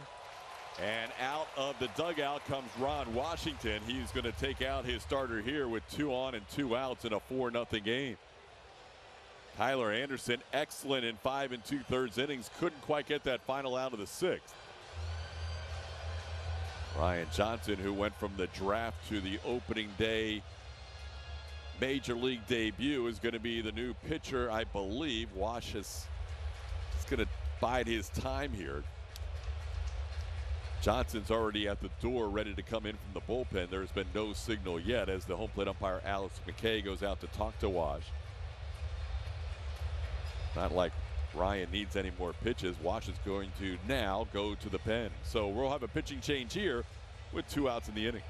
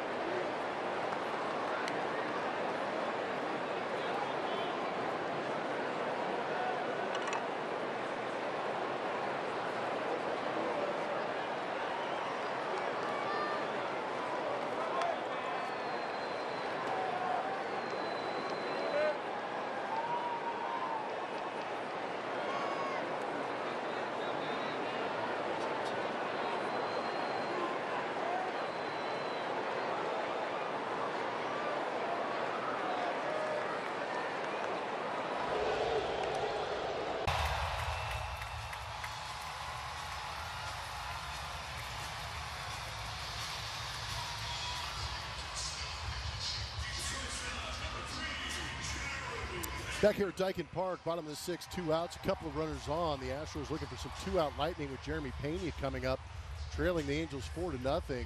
New pitcher into this game is going to be Ryan Johnson. 4 games this season, as 5 innings pitched, 9 is the ERA. He has come straight from Dallas Baptist University to the 2nd round of the Los Angeles Angels, spending no time in the minor leagues, and here he is in the big league bullpen. Jeremy Pena gets the first at bat against Johnson for the Astros as he watches a strike 0-1. Jeremy, a couple of strikeouts tonight against Tyler Anderson, who left the game with 6 Ks.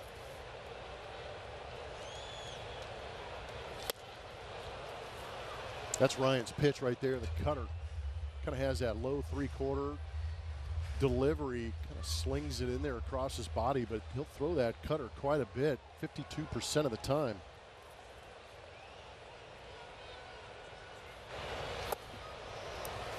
Ryan Johnson and Cam Smith, the 2 fastest major leaguers from the 2024 draft to play in a big league game. They both debuted on their team's respective opening days.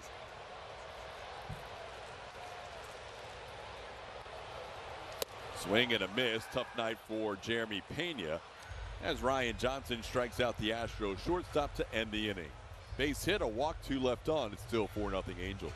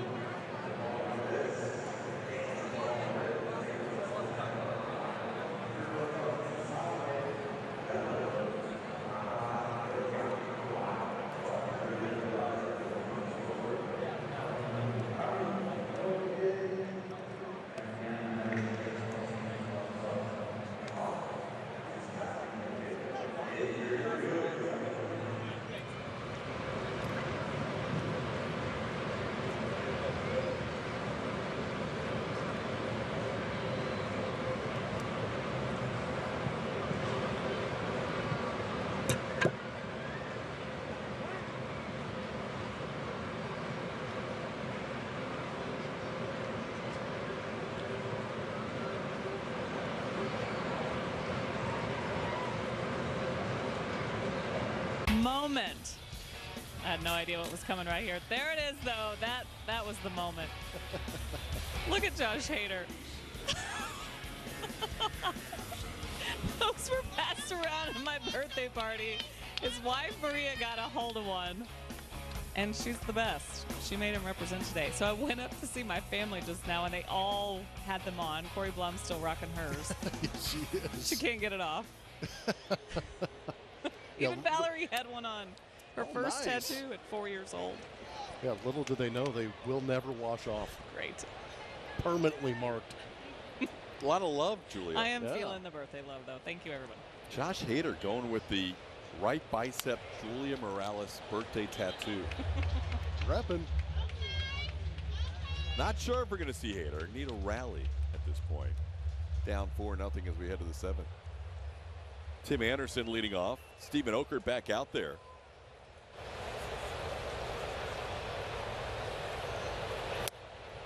So where's the whole crowd? Where's Valerie's tattoo? Is it on her arm? Is it on her leg? She went forearm. Forearm. So did Mom. There you go. My mom's here. Dad has one on, too. The whole family's here. It's a good day. That could use some runs for the Astros as Anderson strikes out against Okert here. Stephen Okert has his first strikeout. Slider. It's a pitch that's gotten him some swing and miss this season. Just kind of sweeping that one across the zone, down and in. Tough angle for right-handed hitters. Back to the top of the order. Taylor Ward hit a home run his last time up. Took one out to right against Logan Van Wy. 2 for 3. Couple of runs scored for Ward. Didn't miss by much. 1-1.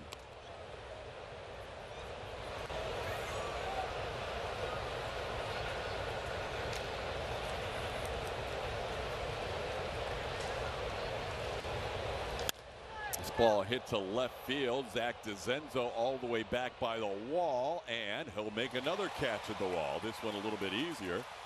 For out number 2, hit well by Taylor Ward. We're covering the fundamentals of baseball with Baseball Basics. Tune in tomorrow for valuable insights brought to you by Academy Sports and Outdoors. You're usually a big part of those shows. Yeah, I'll have a little bit of fun tomorrow morning getting an opportunity to speak with Astros coach Jason Bell. He's usually at the end of the dugout during defensive innings for the Astros, kind of waving around everybody in the outfield, making sure they're in the right spots. There he is. Jay Bell, one of the better conversations on that coaching staff. A lot of insight. But he's had a couple of projects out there in Jose Altuve and Cam Smith, so we'll have a chance to catch up with him, and maybe he'll provide a couple of basics for maybe some young potential outfielders out there watching the ball game tomorrow. He's going to watch his center fielder Jake Myers make a play here for the final out of the inning. Good inning for Okert. He retires the last 6 batters he faces. It is 7th inning stretch time, and it's time for the 7th inning stretch presented by Texas Mattress Makers.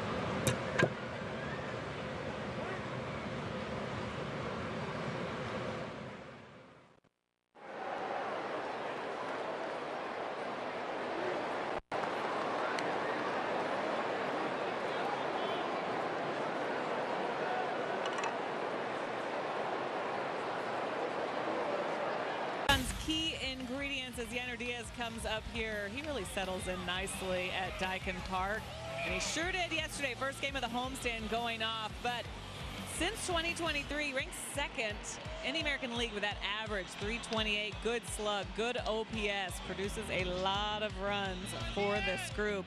We could use some more right here. TK said a couple tough weeks for him, but trusting the process, really wanted to focus on hitting something up the middle. Yesterday's 3-hit, 5 RBI game, good for him moving forward. Yeah, never had a 4 RBI game before last night and got that in one swing as he faces a new pitcher here. This ball into center. Joe Adell runs it down for the first out. Brock Burke is that new pitcher into the game. He's got experience against the Astros, having pitched with the Rangers a couple of years now with the Los Angeles Angels. In his career against the Astros, has a 7 ERA. He's thrown in 18 innings against the Astros, 5 games this season. 4 1/3 and 8.31 ERA. Lefty's hitting .321 against him. But he's going to see some right-handed hitters in this inning.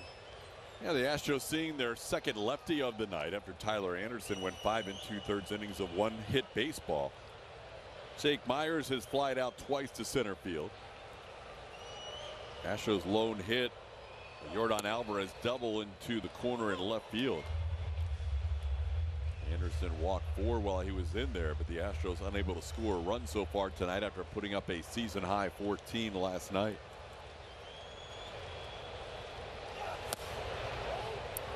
Didn't miss by much. Could have been a strike. It's 2-1.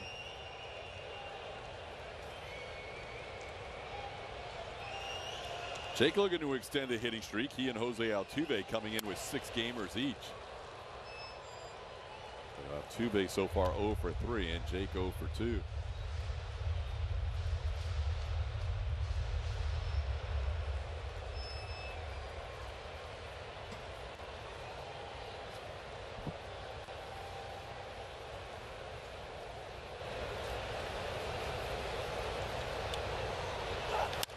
On the ground, Kyron Paris is there, and that's the second out of the inning. Stream every out-of-market game live or on demand. Plus, stream MLB Network 24/7 for the entire season. Blackout and other restrictions apply. Visit MLB.tv for details.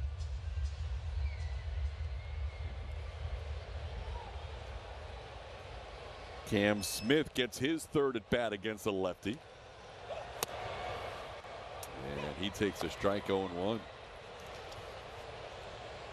Cam has struck out and grounded out tonight.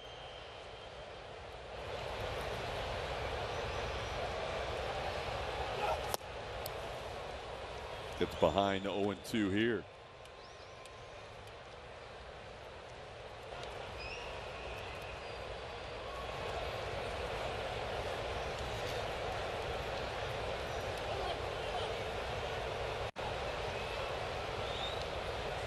Cam started the year 2 for his first 20, but then he went on a run 5 for 9 before tonight's game and had all 5 of his RBIs the last 3 games.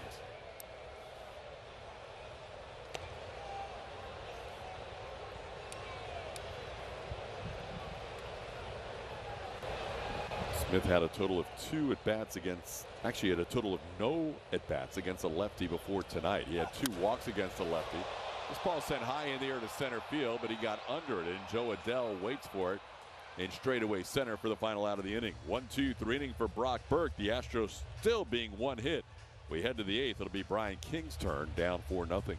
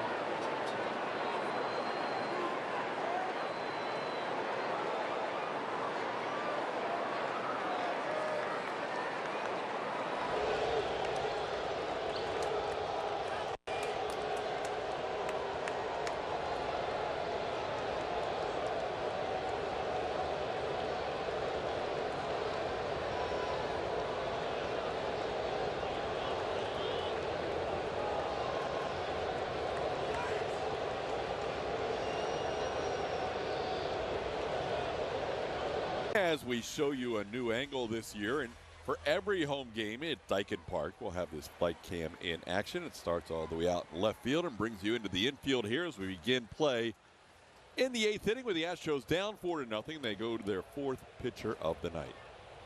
Brian King is that left-hander coming into this game. It's been pretty good so far this season for the Astros. Starts things off with a strike to Mike Trout.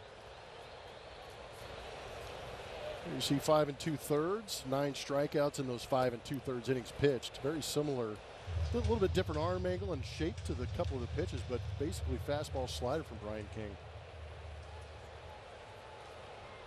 Stephen Okert, 2 very strong innings out of the pen tonight. Okert continues to have a fine year. I know that Arozarena slam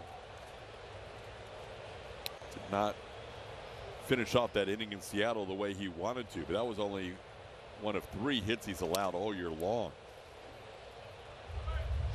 Okert now 7 2/3 innings, 3 hits and 1 run. And has struck out 11 in those 7 2/3.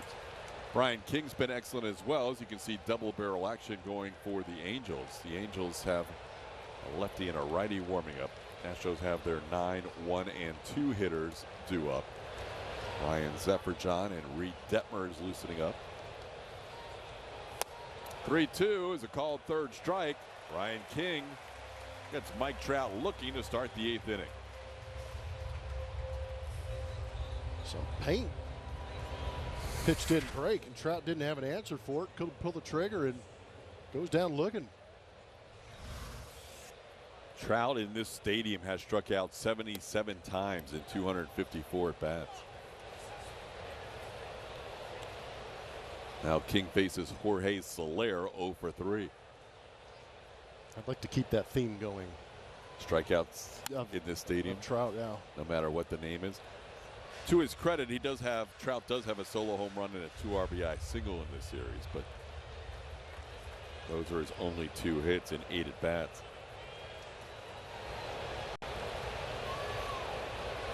King facing all these Angels for the first time. Nobody in the lineup today has faced Brian King before.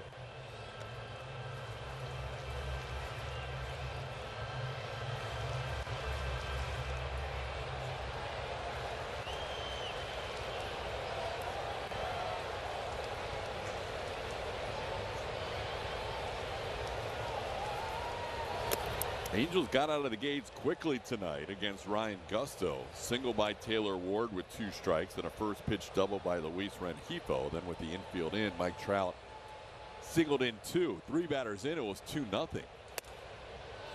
Astros pitching has settled in since then.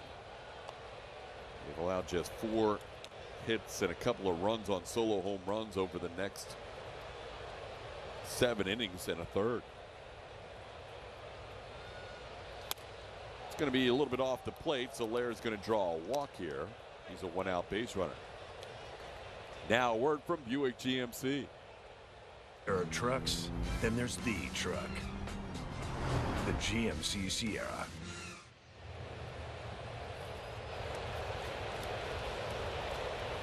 Now King will deal with Logan O'Hoppe, who singled his last time up against Stephen Okert.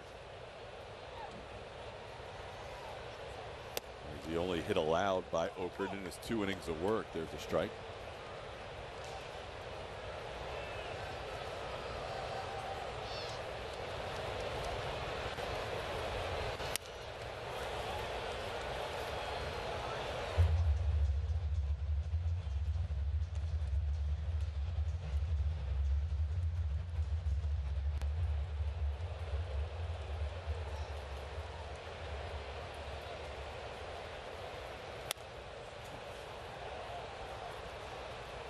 Since the Astros were swept at home by the San Francisco Giants in the 2nd series of the year, they have rotated wins and losses every other day, from the Minnesota series to the Seattle series and now into the Angel series. Today they were hoping for back-to-back wins for the first time this year, but they're going to have to rally down 4 with 6 outs to work with.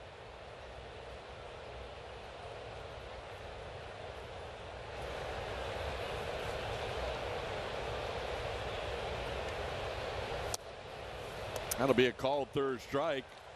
Ryan King, both of his strikeouts on a called third. He gets Trout to start the inning, and now out number 2 with O'Hoppe. Yeah, I wonder what the book says on Brian King about maybe some sliders in 2 strike counts, but these couple of fastballs caught a large portion of the zone and not even an offer at him. So 2 strikeouts looking on fastballs in this inning. Now Shonowell, who made the game 3-0 with a solo home run back in the 4th inning. 1 for 3 on the night.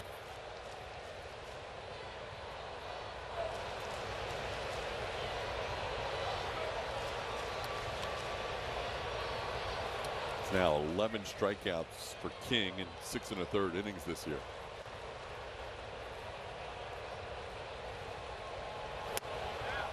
Good pitch, top of the zone with a slider. Getting ahead of Shonowell, ball and 2 strikes.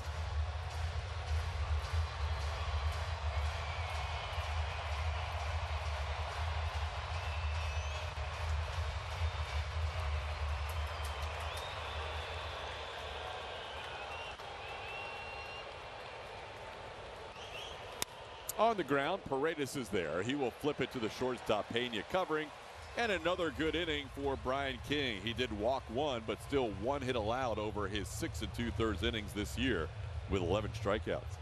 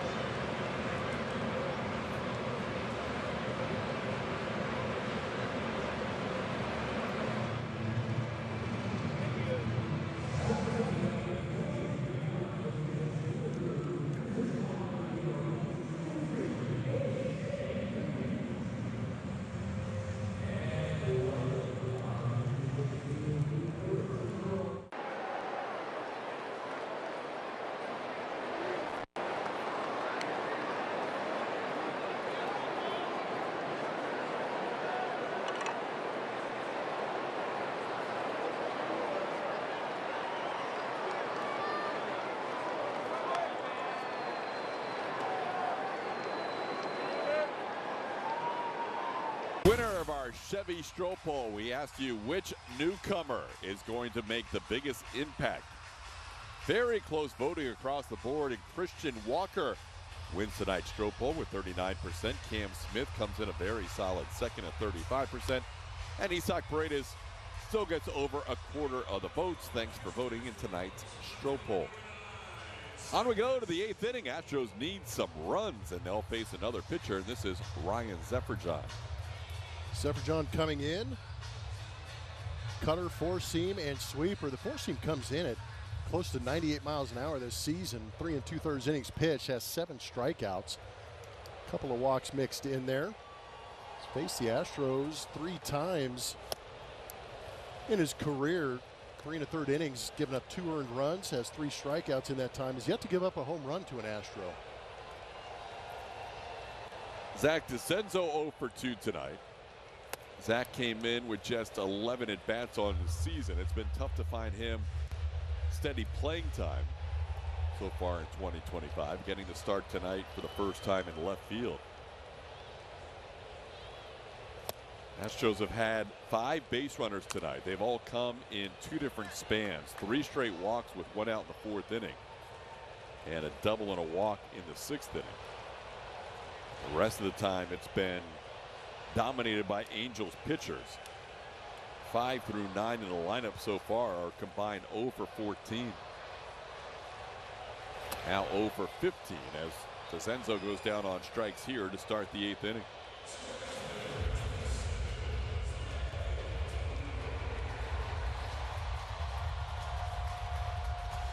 Astros could do nothing wrong offensively last night. 16 hits, 14 runs. Cam Smith hit his first home run. Isaac Paredes with his first Astros home run. Yainer Diaz with his first career grand slam. Everything going right last night. Tonight, not the case. Here's Jose Altuve.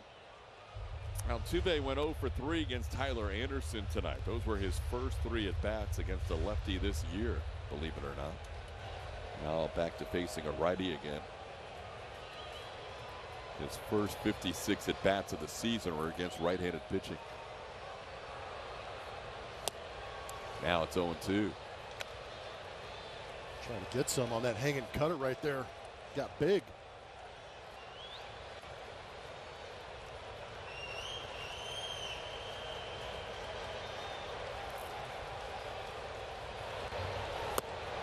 Try to hold up, goes too far. That'll be a 3-pitch strikeout for Zephyr John. Altuve now 0 for 4, his 6-game hitting streak in jeopardy.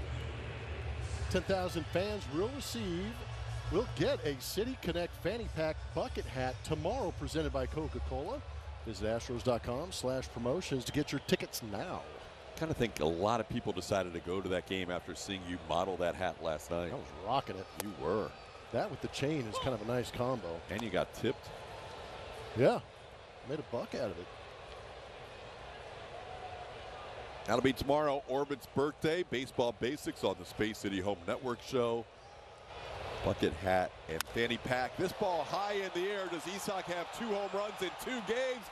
Isaac Paredes puts one into the Crawford boxes.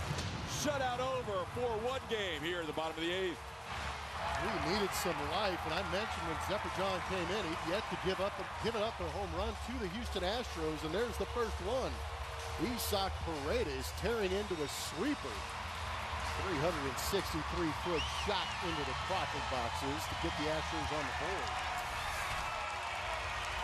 There you see that pitch sweeping. Good job of staying back on that backside for Isaac Paredes.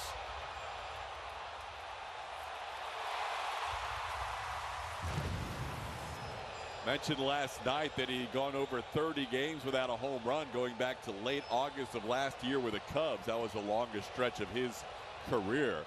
I also mentioned it might free him up to hit a bunch in a week, but that's 2 in 2 nights, so that's a good sign for the Astros third baseman.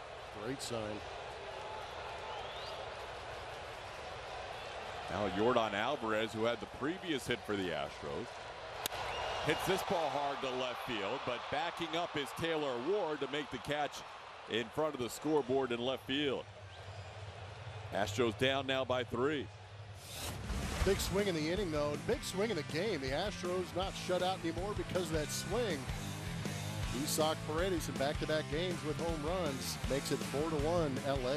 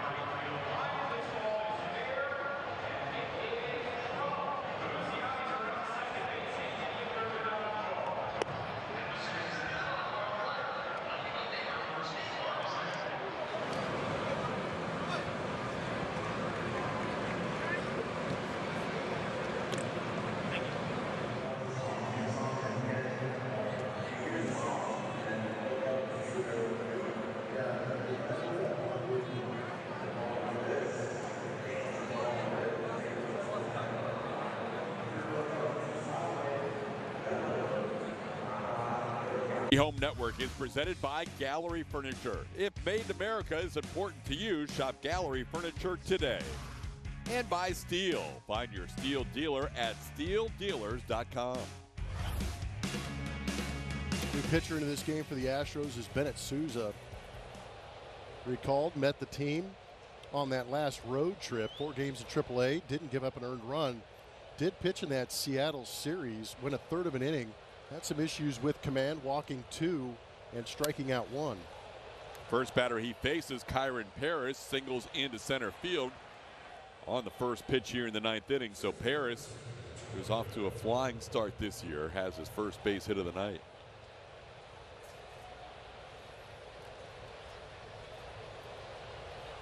Astros going to their 3rd consecutive left-handed pitcher, as Joe Adell bats here with a runner on and nobody out. Runner on the go, pitch down, and Paredes has a stolen base. Kyron leads the team now 5 for 5 in steals.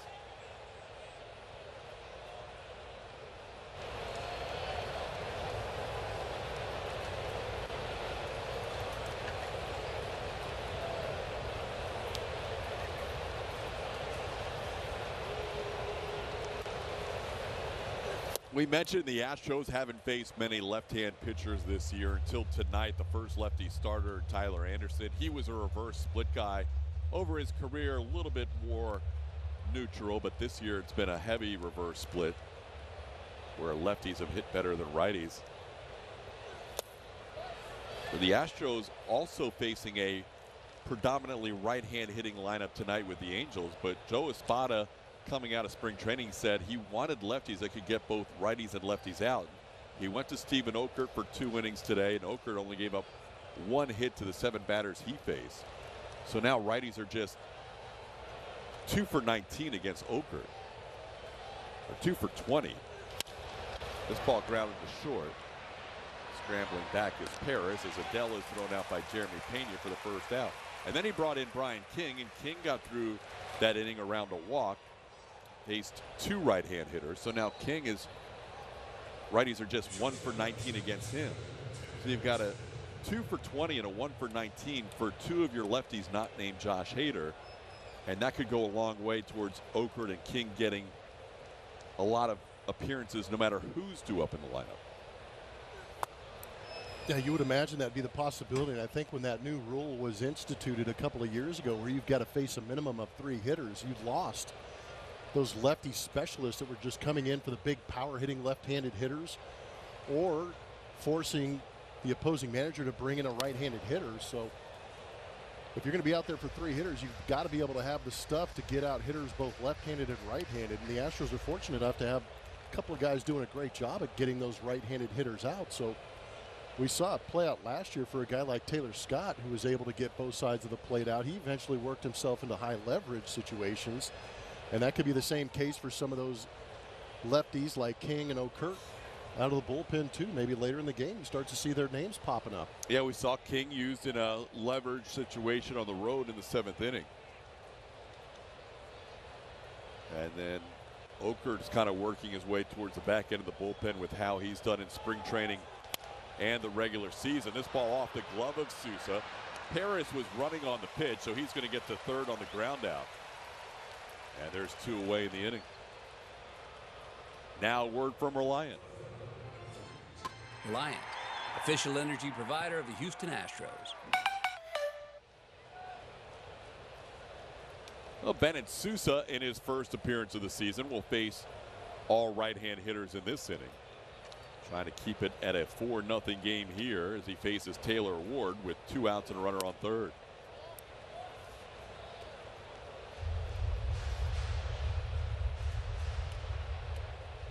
Kenley Jansen warming up in the Angels pen, but they also have double barrel action going in case this lead increases from 4-1. Now it's 1-1. Michael Darrell Hicks, who made his big league debut last night, also warming up.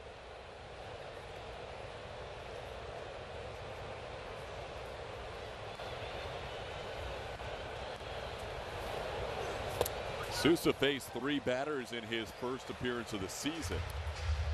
It was in a big spot with the Astros leading the Mariners, and at that point shutting them out 4-0. He struck out the first batter, then he walked the next two, and he was lifted for Luis Contreras, who got through the 7th inning.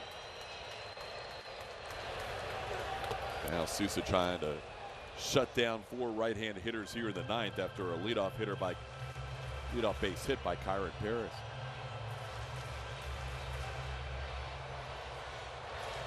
Sousa missing all of last year after undergoing thoracic outlet surgery.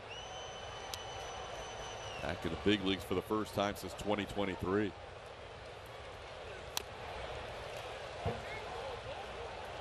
You can see why Bennett is appealing, because he's got that mid-90s fastball from the left side. Just sometimes it's that command that eludes Sousa a little bit. Got to be able to pitch with that octane.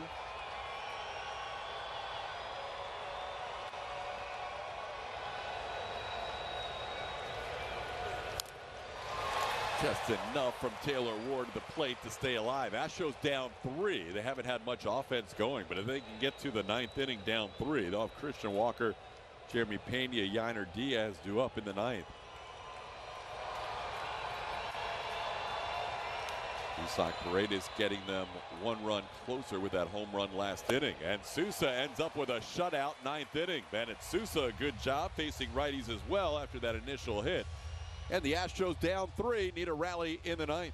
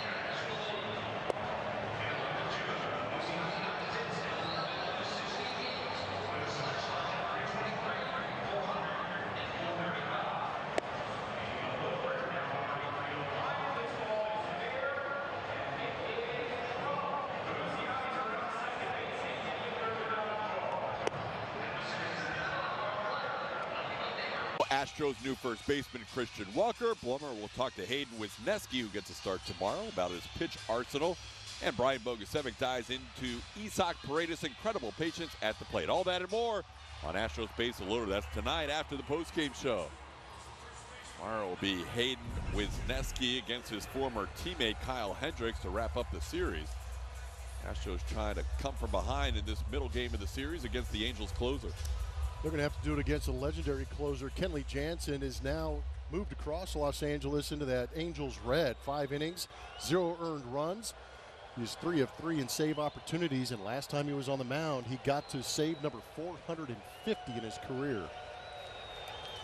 Facing Christian Walker to lead things off. Walker has been incredibly patient here the last 3 games. 2 walks in the game on Wednesday, 2 walks last night, 2 more walks today. This is a guy who for the first 11 games didn't have any walks issued to him. Now he's got 6 in the last 3.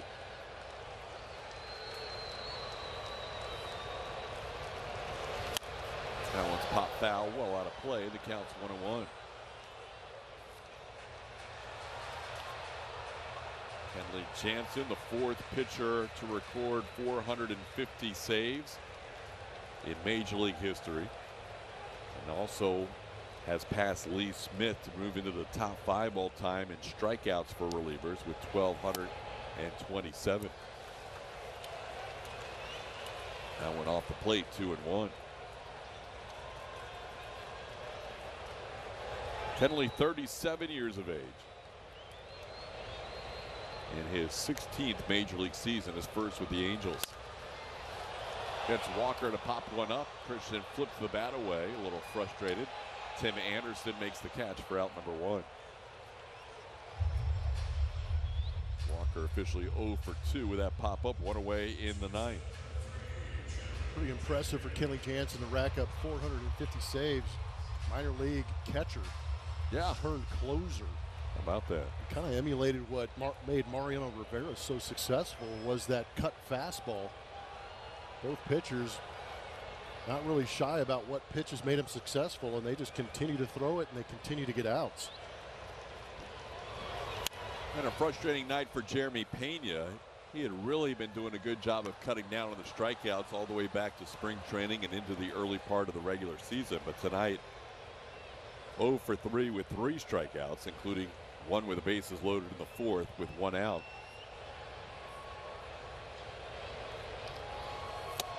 Takes that pitch on the inside edge. Jeremy thought it was off the plate. It's 0-2. I might agree with them, but that's the problem with that cut fastball. It gives the illusion that it gets back to the plate.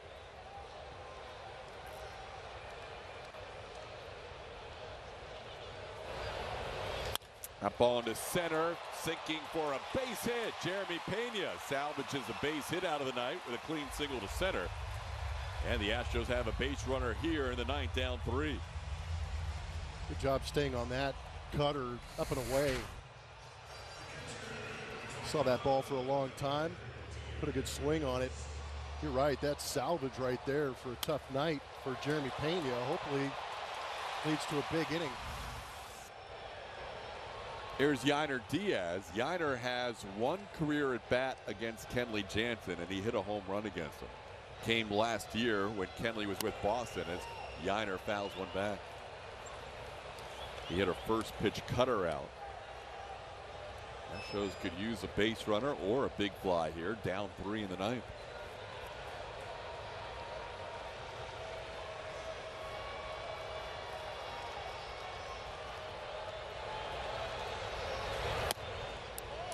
Pitch misses up, 1-1.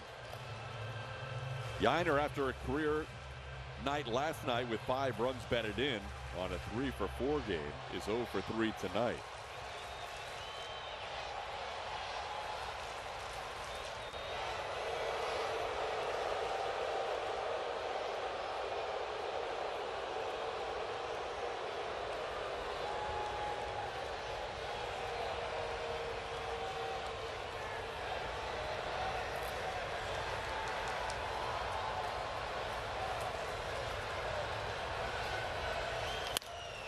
Skied in the air, right field. Mike Trout comes in. And the Astros are down to their final out of the 9th as Diaz flies out for the 2nd out.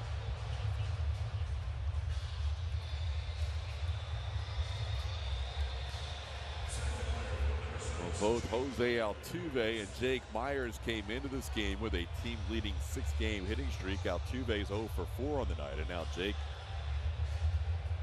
0 for 3. Has another shot here in the 9th.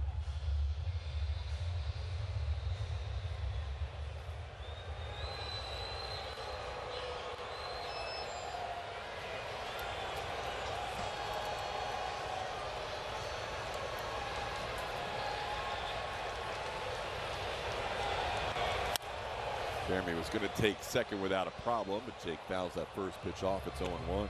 Yeah, he got a good cut fastball to hit, but Jeremy was almost on second base by the time that delivery of Kenley Jansen let go of the baseball. Kenley's allowed 10 steals or more for 4 consecutive seasons. He's already allowed 3 steals this year. This is not a situation where you'll give Pena a stolen base even if he gets it. This ball to right field. Oh, man. Almost a replay of that play earlier from Mike Trout, but this one a little further into the stands. Nobody can find the baseball. Who's got it? Where is it? Everybody's pointing. Nobody has it. I don't know. It's not Easter Sunday yet. Where'd that egg go? Somebody's got to have a foul ball. Somebody find it. Does Trout have it? I don't know, but this guy on the right has a raspberry beret on. The kind you find at the secondhand store? Yes. Crazy. 0-2 pitch is wide. So Pena takes second. That will be indifference. Jeremy still with a 4-for-4 stolen base mark in 2024-25. Jake leading the team with 5 steals this year. Jake down to a 1-2 count here with 2 outs.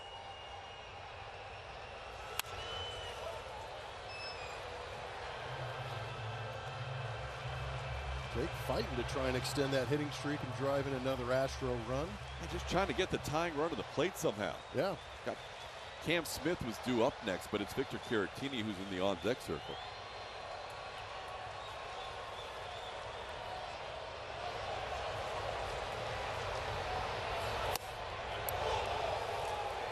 That was close. Solid take. How about that? A little more of a traditional slider from Jansen. Just a smidge off that outside corner. There's Caratini, who's been the Astros' best pinch hitter the last couple of seasons. Does not have great numbers against Jansen, though.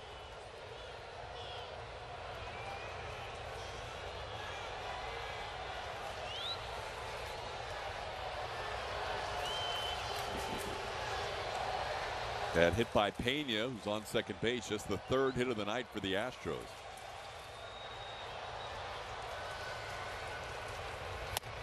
Another good take, another close pitch, and the count is full on Jake Myers. What an AB. Tempting, but good take. And the Astros get the tying run to the plate here in the 9th. The Saturday night crowd hasn't had a whole lot to cheer about. 36,102. And Jake goes down looking on that final strike as Jansen picks up career save number 451, striking out Myers to end this one. So one night after 16 hits and 14 runs, the Astros managed just 3 hits and 1 run tonight and dropped the middle game of the series 4-1 to the Angels. Lauren Callender and Brian Bogusevic will be your hosts tonight. The Astros postgame show presented by Whataburger comes up right after this.